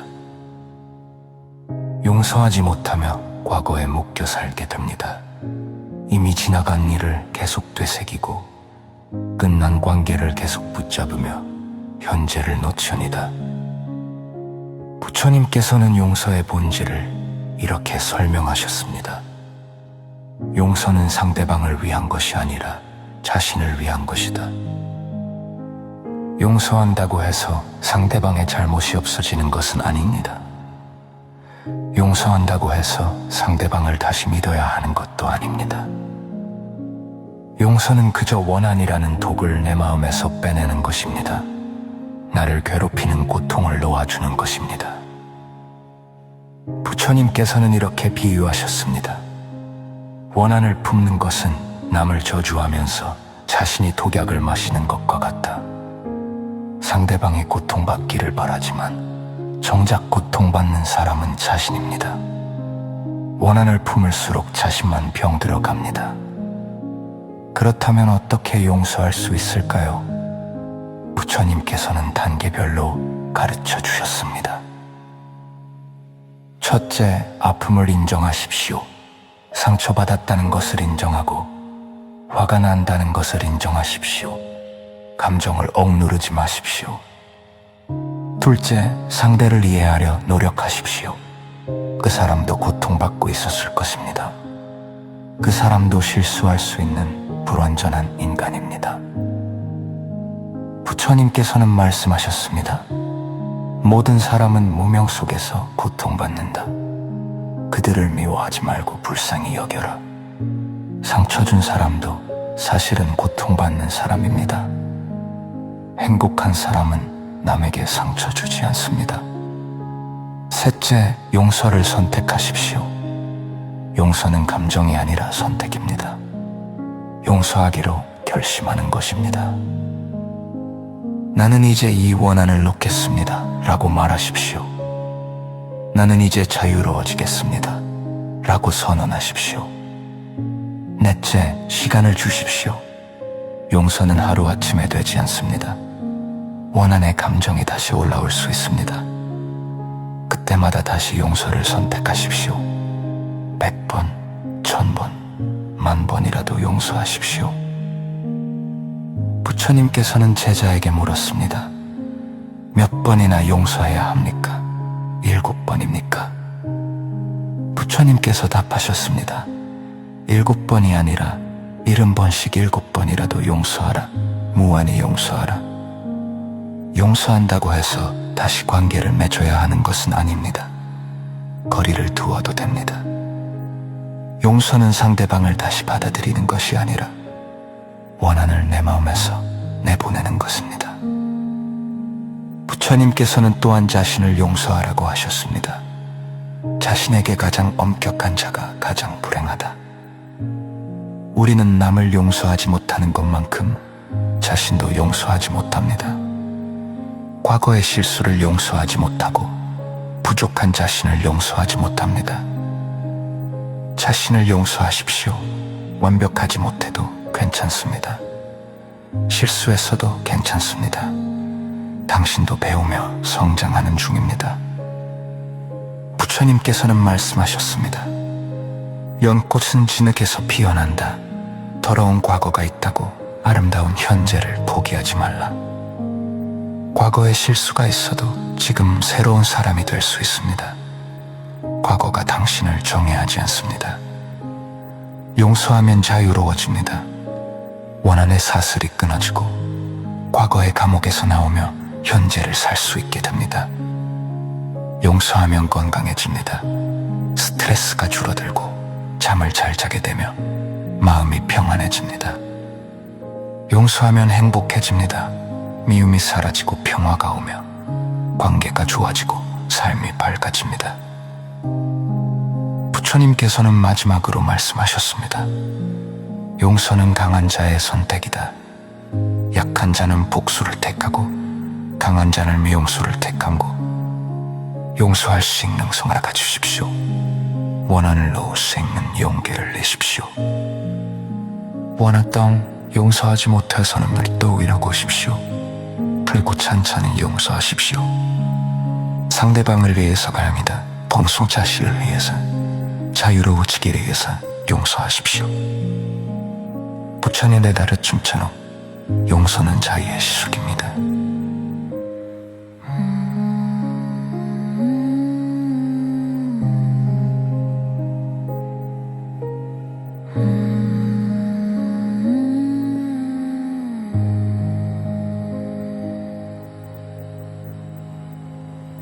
부처님께서 말씀하셨습니다.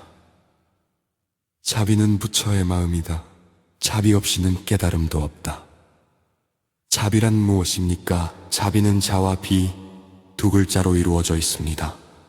자는 중생에게 즐거움을 주는 것이고 비는 중생의 고통을 덜어주는 것입니다. 즐거움을 주고 고통을 덜어주는 것, 이것이 자비입니다. 하지만 우리는 자비롭지 못합니다. 자신만 생각하고 자신의 이익만 챙기며 남의 고통에 무관심합니다. 길에서 구걸하는 사람을 보고도 외면합니다. 어려움에 처한 사람을 보고도 모른 척합니다. 가족이 힘들어해도 귀찮아하고 친구가 도움을 청해도 바빠서 못 돕는다고 합니다. 부처님께서는 말씀하셨습니다. 자비 없는 지혜는 냉혹하고 지혜 없는 자비는 맹목적이다. 자비만 있고 지혜가 없으면 헛된 도움을 줍니다. 술주정뱅이에게 술을 사주고 도박꾼에게 돈을 주는 것은 자비가 아닙니다. 지혜만 있고 자비가 없으면 차가운 사람이 됩니다. 옳은 말만 하지만 따뜻함이 없습니다. 진정한 자비는 지혜와 함께해야 합니다. 상대에게 진정으로 필요한 것을 지혜롭게 주어야 합니다. 부처님께서는 4가지 자비를 가르치셨습니다. 첫째, 자애입니다. 모든 중생을 사랑하는 마음입니다. 원수도 사랑하고 낯선 사람도 사랑하며 동물도 식물도 사랑하는 마음입니다. 둘째, 연민입니다. 고통받는 이를 불쌍히 여기는 마음입니다. 아픈 사람을 보면 마음이 아프고 슬픈 사람을 보면 함께 슬퍼하는 마음입니다. 셋째, 기쁨입니다. 남의 행복을 함께 기뻐하는 마음입니다. 질투하지 않고 시기하지 않으며 진심으로 축하하는 마음입니다. 넷째, 평정입니다. 차별 없이 모두를 대하는 마음입니다. 부자나 가난한 사람, 잘생긴 사람이나 못생긴 사람, 모두를 평등하게 대하는 마음입니다. 부처님께서는 자비를 실천하는 방법을 가르치셨습니다. 첫째, 작은 것부터 시작하십시오. 큰 자비를 하려고 하지 말고 작은 친절부터 실천하십시오. 길에서 넘어진 사람을 일으켜주고 무거운 짐을 들어주며 길을 잃은 사람에게 길을 알려주십시오. 둘째, 가까운 사람부터 시작하십시오. 멀리 있는 사람을 돕기 전에 가족을 먼저 도우십시오. 부모님께 효도하고 배우자를 배려하며 자녀를 사랑하십시오. 셋째, 말로 실천하십시오. 따뜻한 말, 위로의 말, 격려의 말을 하십시오. 힘내세요. 잘하고 있어요. 괜찮을 거예요. 라는 말 한마디가 큰 힘이 됩니다. 넷째, 행동으로 실천하십시오. 말만 하지 말고 실제로 도우십시오. 아픈 사람을 병문안하고 외로운 사람을 찾아가며 가난한 사람을 도우십시오. 부처님께서는 또한 자신에게도 자비를 베풀라고 하셨습니다. 자신을 사랑하지 않는 자는 남도 사랑할 수 없다. 자신에게 너무 가혹하지 마십시오. 실수해도 용서하고 부족해도 받아들이며 있는 그대로 사랑하십시오. 자신을 사랑하는 것은 이기적인 것이 아닙니다. 자신을 사랑해야 남도 사랑할 수 있습니다. 부처님께서는 이렇게 비유하셨습니다. 촛불이 자신을 태우며 빛을 내듯 자비는 자신을 낮추며 남을 밝힌다. 자비는 희생입니다. 자신의 시간, 돈, 에너지를 내어주는 것입니다. 하지만 이 희생은 기쁨입니다. 남을 돕는 것이 결국 자신을 행복하게 합니다. 부처님께서는 자비의 효과를 설명하셨습니다. 자비를 실천하면 마음이 평화로워집니다. 미움이 사라지고 화가 줄어들며 관계가 좋아집니다. 자비를 실천하면 복이 옵니다. 선을 뿌리면 선을 거두고 자비를 베풀면 자비를 받습니다. 자비를 실천하면 깨달음에 가까워집니다. 자비는 깨달음으로 가는 길입니다. 부처님께서는 자비의 범위를 넓히라고 하셨습니다. 처음에는 가족에게만 자비를 베합니다. 그 다음에는 친구에게, 그 다음에는 이웃에게 점점 넓혀갑니다. 마침내는 모든 중생에게, 심지어 원수에게까지 자비를 베풀 수 있게 됩니다. 부처님께서는 또한 동물에게도 자비를 베풀라고 하셨습니다. 모든 생명은 소중하다. 인간만 소중한 것이 아니다. 동물을 학대하지 말고 해치지 말며 보호하십시오. 작은 벌레도 함부로 죽이지 마십시오. 부처님께서는 마지막으로 말씀하셨습니다. 자비는 무기다. 미움을 이기는 가장 강한 무기다. 미움으로 미움을 이길 수 없습니다. 폭력으로 폭력을 멈출 수 없습니다. 오직 자비만이 미움을 녹이고 사랑만이 조고를 이깁니다. 원수에게 자비를 베풀면 원수와 친모가 됩니다. 미워할 사람을 사랑하면 미움이 사라집니다. 오를 딴 여보에게 자비를 닦고 실수의 숨겨져 보십시오. 그리고 내일부터 자비를 실천하십시오. 작은 친절부터 시작하십시오. 장인을 다룰 침처럼 자비는 깨달아는 길입니다.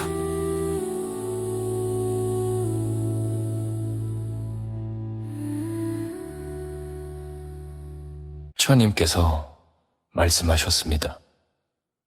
중도를 걸어라, 극단을 피하라. 양극단 사이에 진리가 있다. 우리는 극단으로 치닫습니다. 모 아니면 도, 전부 아니면 전무, 100 아니면 0입니다.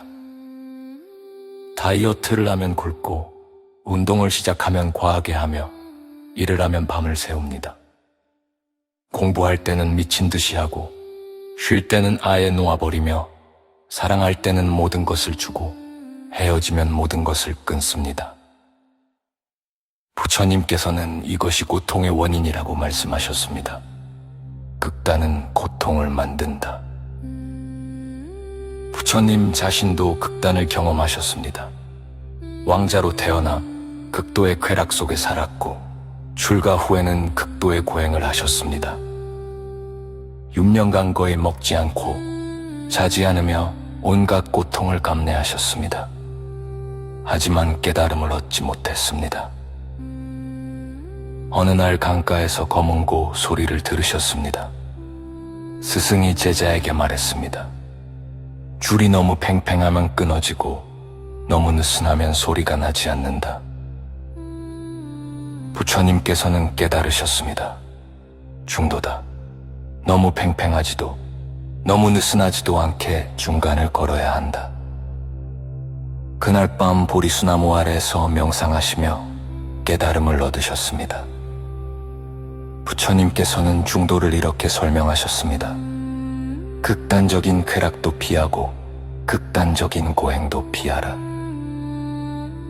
쾌락만 추구하면 탐욕에 빠지고 고행만 하면 몸을 해칩니다. 둘 다 깨달음으로 가는 길이 아닙니다.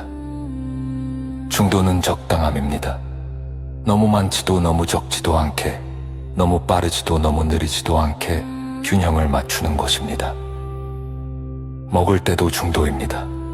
너무 많이 먹으면 배가 아프고 너무 적게 먹으면 힘이 없습니다. 적당히 먹어야 합니다. 일할 때도 중도입니다. 너무 많이 일하면 건강을 해치고 너무 적게 일하면 생계를 유지할 수 없습니다. 관계에서도 중도입니다. 너무 집착하면 상대가 숨막혀하고 너무 무관심하면 관계가 소원해집니다. 부처님께서는 말씀하셨습니다. 중도는 소극적인 타협이 아니라 적극적인 균형이다. 중도는 그저 중간에 머무는 것이 아닙니다. 상황에 따라 유연하게 조절하는 것입니다. 때로는 더 노력해야 하고 때로는 더 쉬어야 합니다. 때로는 주어야 하고 때로는 받아야 합니다. 부처님께서는 8정도를 가르치셨습니다. 중도를 실천하는 8가지 방법입니다. 정견, 올바른 견해, 극단적 견해를 피하고 균형 잡힌 시각을 가지십시오. 정사유, 올바른 생각, 극단적 생각을 피하고 중도적으로 생각하십시오. 정어, 올바른 말 너무 많이 말하지도 너무 적게 말하지도 마십시오. 정업, 올바른 행동, 극단적 행동을 피하고 적절하게 행동하십시오. 정명, 올바른 생활 너무 사치스럽지도 너무 궁핍하지도 않게 사십시오. 정정진, 올바른 노력 너무 긴장하지도 너무 나태하지도 마십시오. 정념, 올바른 알아차림 과거나 미래가 아닌 현재에 머무십시오. 정정, 올바른 집중 너무 산만하지도 너무 경직되지도 않게 집중하십시오. 부처님께서는 또한 감정에서도 중도를 가르치셨습니다. 너무 흥분하지도 너무 우울하지도 마십시오. 너무 기뻐하지도 너무 슬퍼하지도 마십시오. 감정의 파도를 타지 말고 고요한 중심에 머무십시오. 중도는 또한 판단에서도 적용납니다. 너무 엄격하지도 너무 관대하지도 마십시오. 자신에게 너무 가혹하지도 너무 느슨하지도 마십시오. 남에게 너무 비판적이지도 너무 무책임하지도 마십시오. 부처님께서는 이렇게 비유하셨습니다. 강은 중간으로 흐른다. 한쪽으로만 치우치면 범람하거나 말라버린다. 우리 삶도 강과 같습니다. 균형을 유지하며 중간으로 흘러가야 합니다. 한쪽으로 치우치면 문제가 생깁니다. 일만 하면 관계가 무너지고 놀기만 하면 미래가 불안합니다. 모든 것을 남에게 주면 자신이 고갈되고 모든 것을 혼자 가지면 외로워집니다. 중도는 지혜입니다. 상황을 보고 때를 알아차리며 적절하게 조절하는 능력입니다. 부처님께서는 마지막으로 말씀하셨습니다. 중도는 쉬운 길이 아니라 지혜로운 길이다. 극단은 쉽습니다. 생각할 필요 없이 한쪽으로 달리면 됩니다. 하지만 중도는 어렵습니다. 매 순간 균형을 잡아야 하고 매 순간 조절해야 합니다. 하지만 중도가 자유입니다. 극단의 고통에서 벗어나고 균형 잡힌 삶을 살 수 있습니다. 오늘도 양심의 극단으로 치우친 것이 무엇입니까? 일입니다. 관디입니다. 환정입니다. 의고묘에부터 중도를 씻지 마십시오. 기նդ옥을 잡고 종안을 이루며 분간을 걸어가십시오. 하찬행을 따라 짐자라 중도를 깨달은 길입니다. 부처님께서 말씀하셨습니다.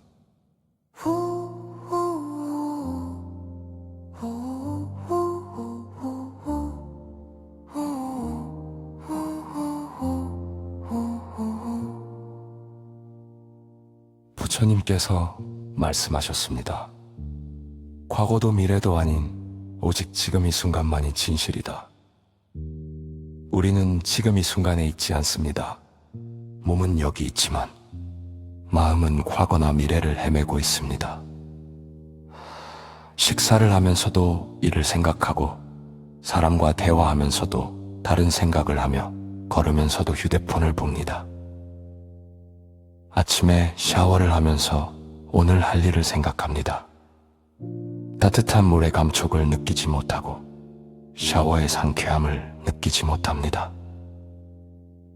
아침 식사를 하면서 뉴스를 봅니다. 음식의 맛을 느끼지 못하고 식사의 감사함을 느끼지 못합니다. 출근길에 음악을 들으면서 업무를 생각합니다. 거리의 풍경을 보지 못하고 계절의 변화를 느끼지 못합니다. 회의를 하면서 다른 일을 생각합니다. 상대방의 말을 제대로 듣지 못하고 중요한 내용을 놓칩니다. 점심을 먹으면서 휴대폰을 봅니다. 누구와 함께 먹는지도 모르고 무엇을 먹는지도 모릅니다. 저녁에 집에 돌아와서도 마찬가지입니다. 가족과 있으면서 TV를 보고 TV를 보면서 휴대폰을 하며 휴대폰을 하면서 걱정을 합니다.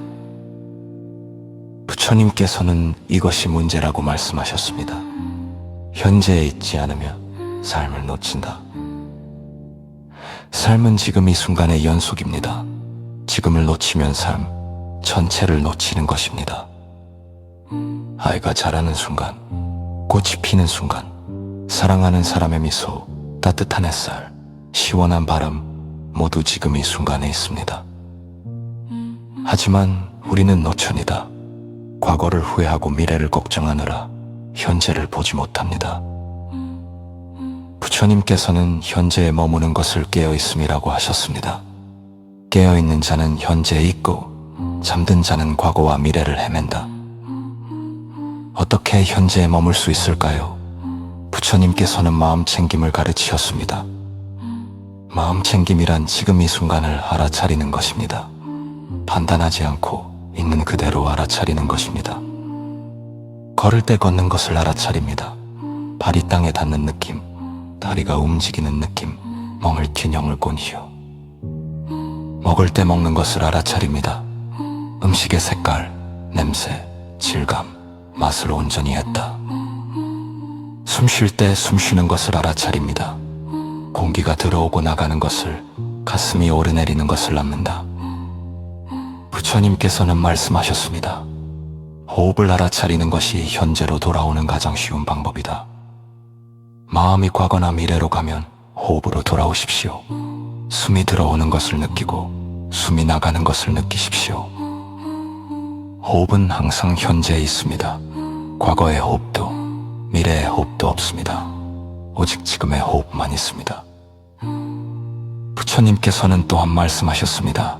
한 가지 일을 할 때는 그 일만 하라. 식사할 때는 식사만 하십시오. TV를 보지 말고 휴대폰을 보지 말고 오직 식사에만 집중하십시오.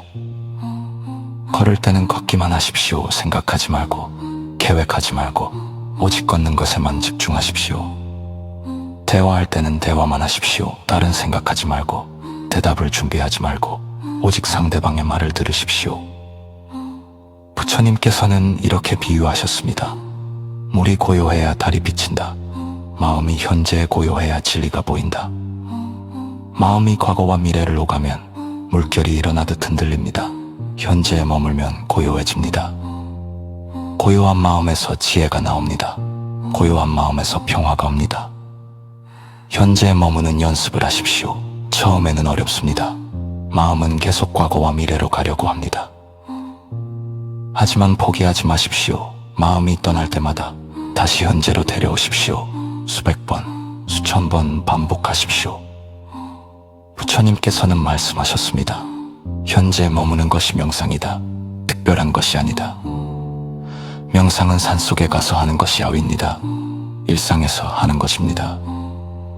걸으면서, 먹으면서, 일하면서, 대화하면서 모든 순간이 명상이 될 수 있습니다. 현재에 머물면 삶이 달라집니다. 스트레스가 줄어들고 행복이 커지며 관계가 좋아집니다. 과거의 후회가 사라지고 미래의 걱정이 없어지며 오직 현재의 평화만 남습니다. 부처님께서는 마지막으로 말씀하셨습니다. 지금 이 순간이 당신의 삶이다. 다른 삶은 없다. 오늘 밤 지금 이 순간을 느껴보십시오. 호흡을 느끼고 몸을 느끼며 소리를 들으십시오.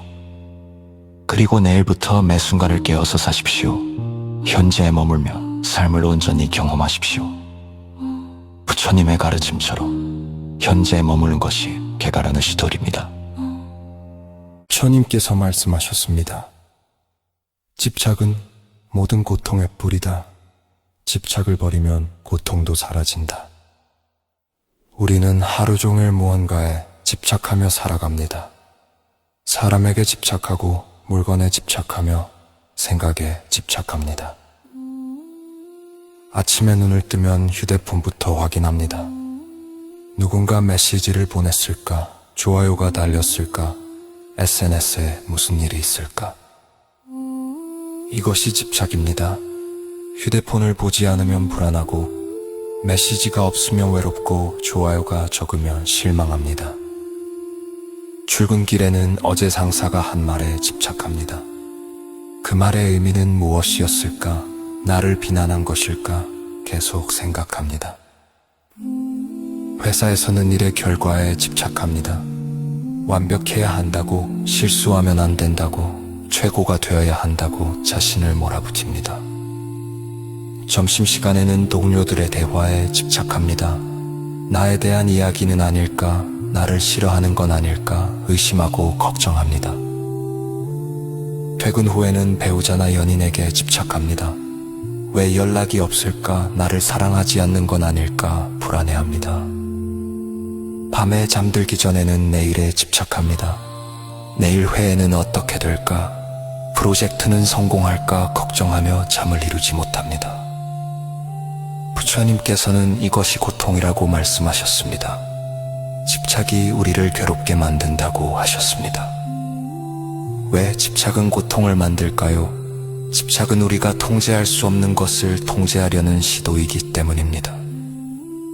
우리는 다른 사람의 마음을 통제할 수 없습니다.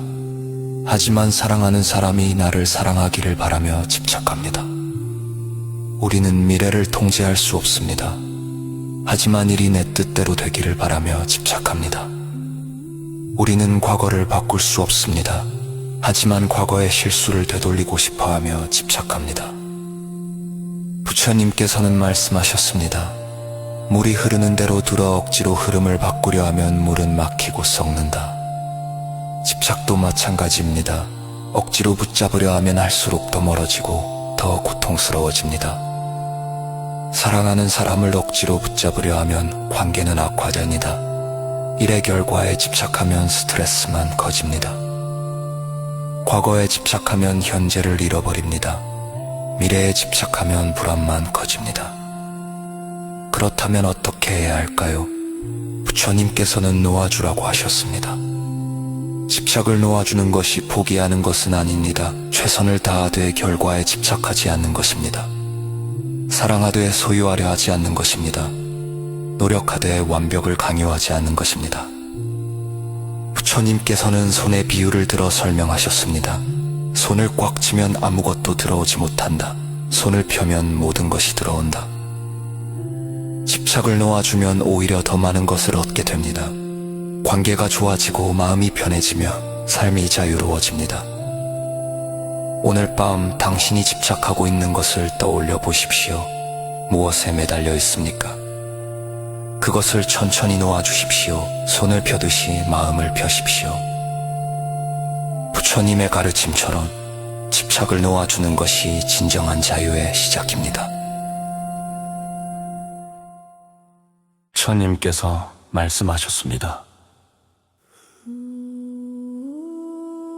부처님께서 말씀하셨습니다. 침묵은 때로 1000마디 말보다 강하다. 우리는 침묵을 두려워합니다. 대화가 끊기면 불편해하고 혼자 있으면 외로워하며 조용하면 불안해합니다. 그래서 끊임없이 말하고 음악을 틀고 TV를 켜며 휴대폰을 봅니다. 침묵을 피하려고 합니다.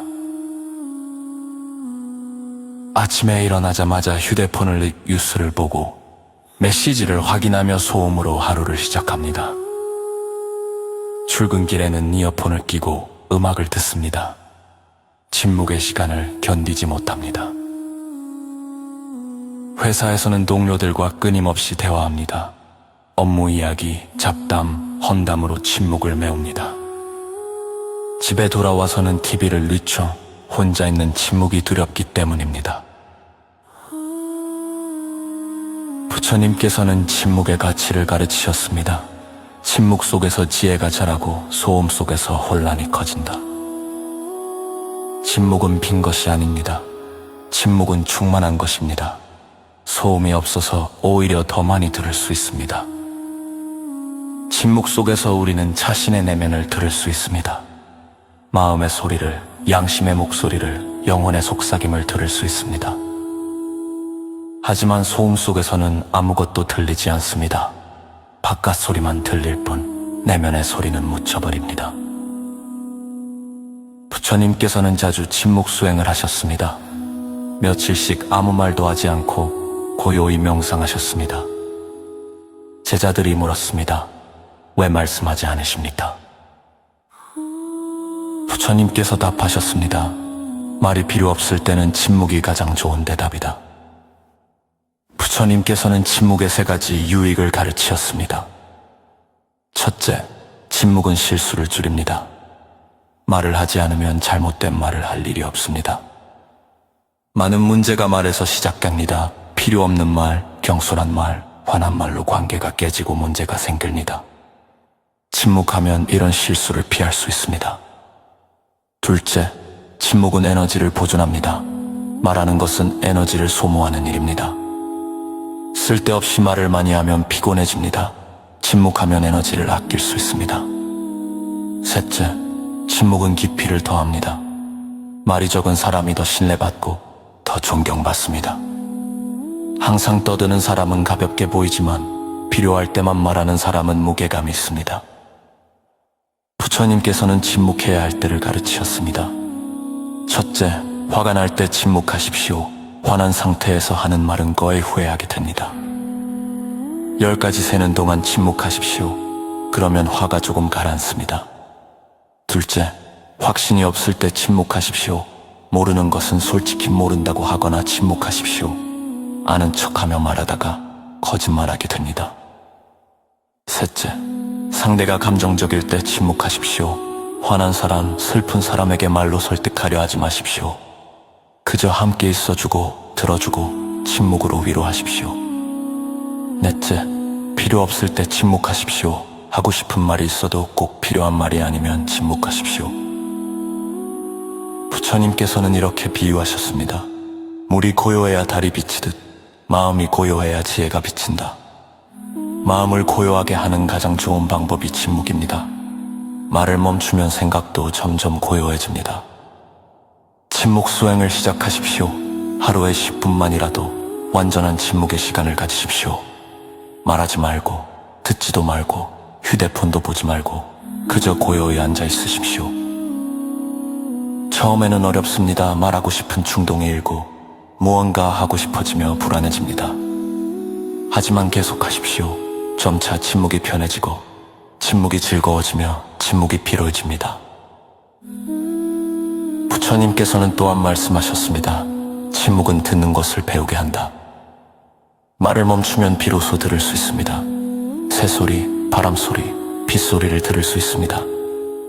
더 나아가 침묵의 소리를 들을 수 있습니다. 고요 속의 평화를, 정막 속의 충만함을 느낄 수 있습니다.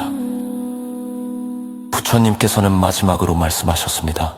가장 깊은 진리는 말로 표현할 수 없다. 침묵만이 진리를 가리킬 수 있다.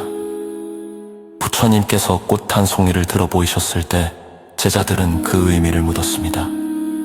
하지만 가섭 존자만 미소 지었습니다. 말없이 이해했습니다. 부처님께서 말씀하셨습니다. 내가 전할 수 있는 것을 가섭에게 전했다. 깊은 것은 말로 표현할 수 없습니다. 침묵으로만 전달될 수 있습니다. 오랫동안 침묵하십시오. 허ring원 수거, 추움을 끄고 보여해 있으십시오. 그리고 온해에 붙들어 기룡말만 하십시오. 침묵하신 내 명기를 가지십시오. 부처님이 가르치무셔란 침묵은 행입니다.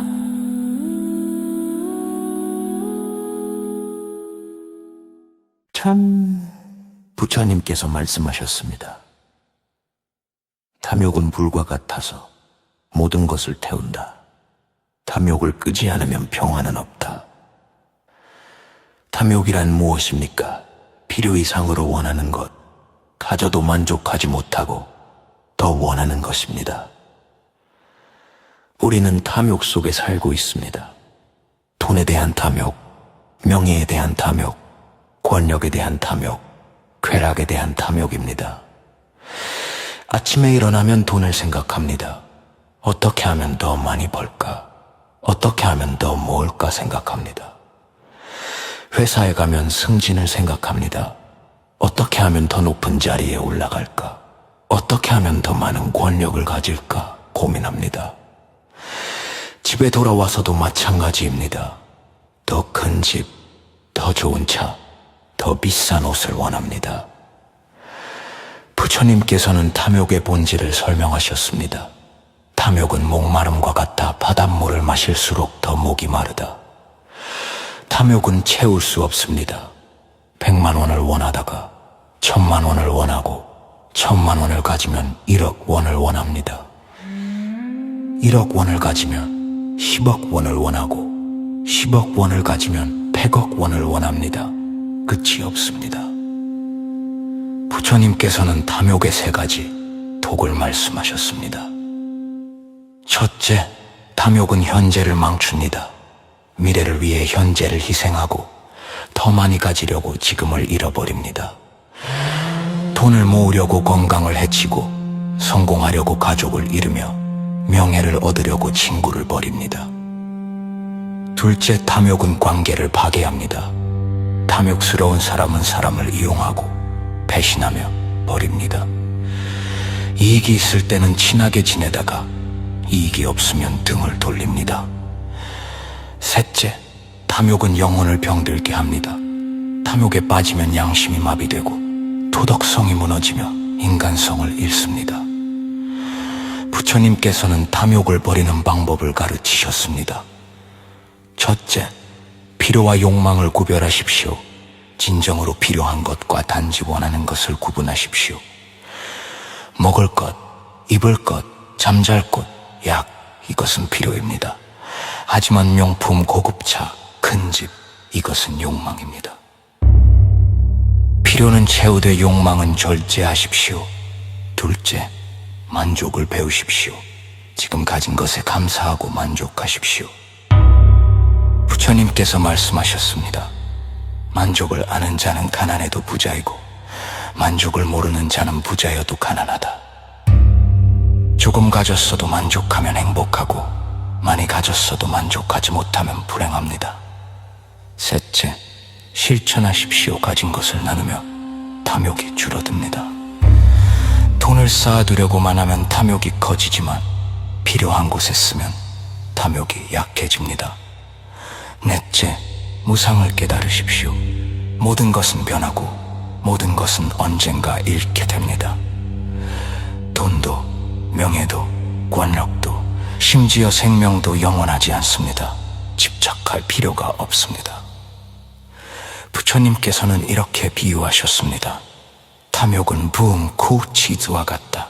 달콤해 보이지만 떠지다. 탐욕은 행복을 약속하지만 거짓말입니다. 탐욕은 만족을 주지 못하고 더 큰 갈증만 만듭니다. 부처님께서는 또한 5가지 탐욕을 경계하라고 하셨습니다. 첫째, 재물에 대한 탐욕입니다. 돈, 재산, 물질을 필요 이상으로 원하는 것입니다. 둘째, 명예에 대한 탐욕입니다. 인정받고 싶어하고 칭찬받고 싶어하며 유명해지고 싶어 하는 것입니다. 셋째, 음식에 대한 탐욕입니다. 필요 이상으로 먹고 맛있는 것만 찾으며 폭식하는 것입니다. 넷째, 수면에 대한 탐욕입니다. 필요 이상으로 자고 게으름을 피우며 나태해지는 것입니다. 다섯째, 쾌락에 대한 탐욕입니다. 즐거움만 추구하고 고통을 피하며 편안함에만 머무는 것입니다. 부처님께서는 중도를 가르치셨습니다. 극단적인 금욕도 아니고 극단적인 탐욕도 아닙니다. 필요한 것은 받아들이되 탐욕에는 빠지지 마십시오. 즐거움을 누리되 집착하지 마십시오. 부처님 자신도 왕자로 살 때 모든 것을 누렸습니다. 하지만 그것이 행복을 주지 못한다는 것을 깨달으셨습니다. 출가 후에는 극단적인 고행을 하셨습니다. 하지만 그것도 깨달음으로 가는 길이 아니었습니다. 마침내 중도를 발견하셨습니다.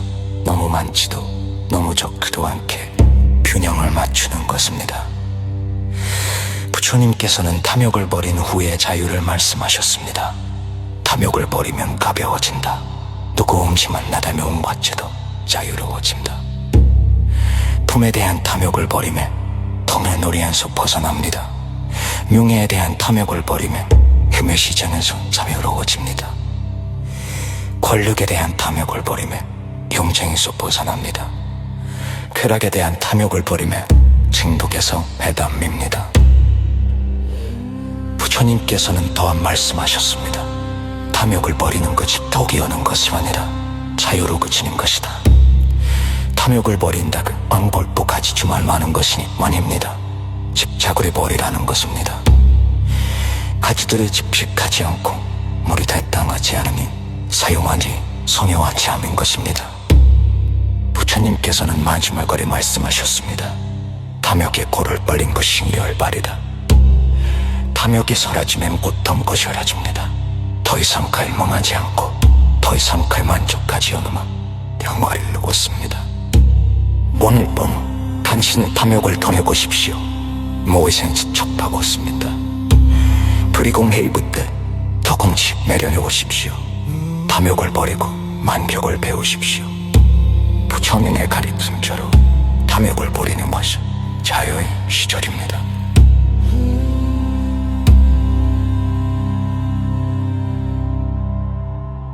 부처님께서 말씀하셨습니다.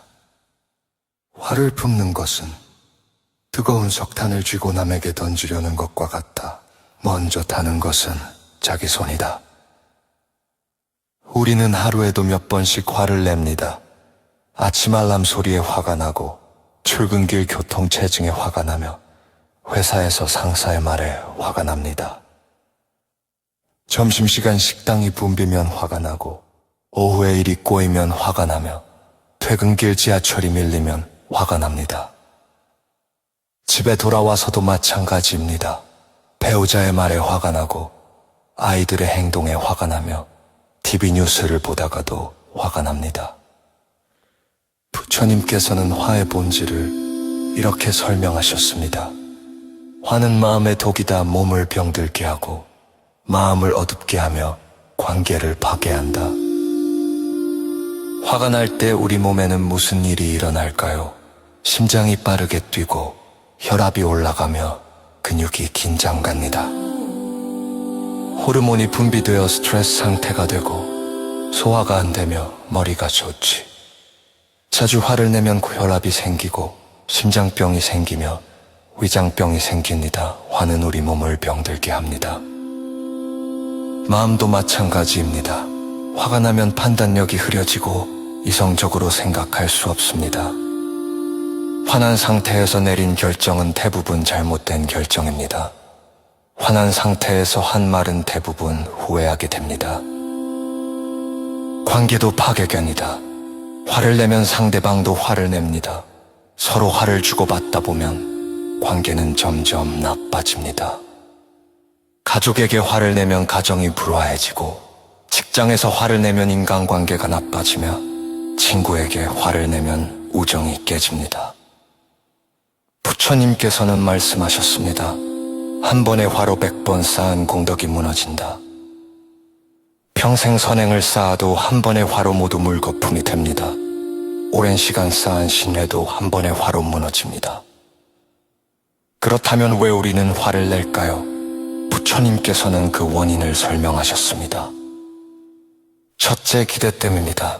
사람들이 내 기대대로 행동하기를 바랍니다. 기대가 어긋나면 화가 납니다. 둘째, 집착 때문이다. 내 방식이 옳다고 집착합니다.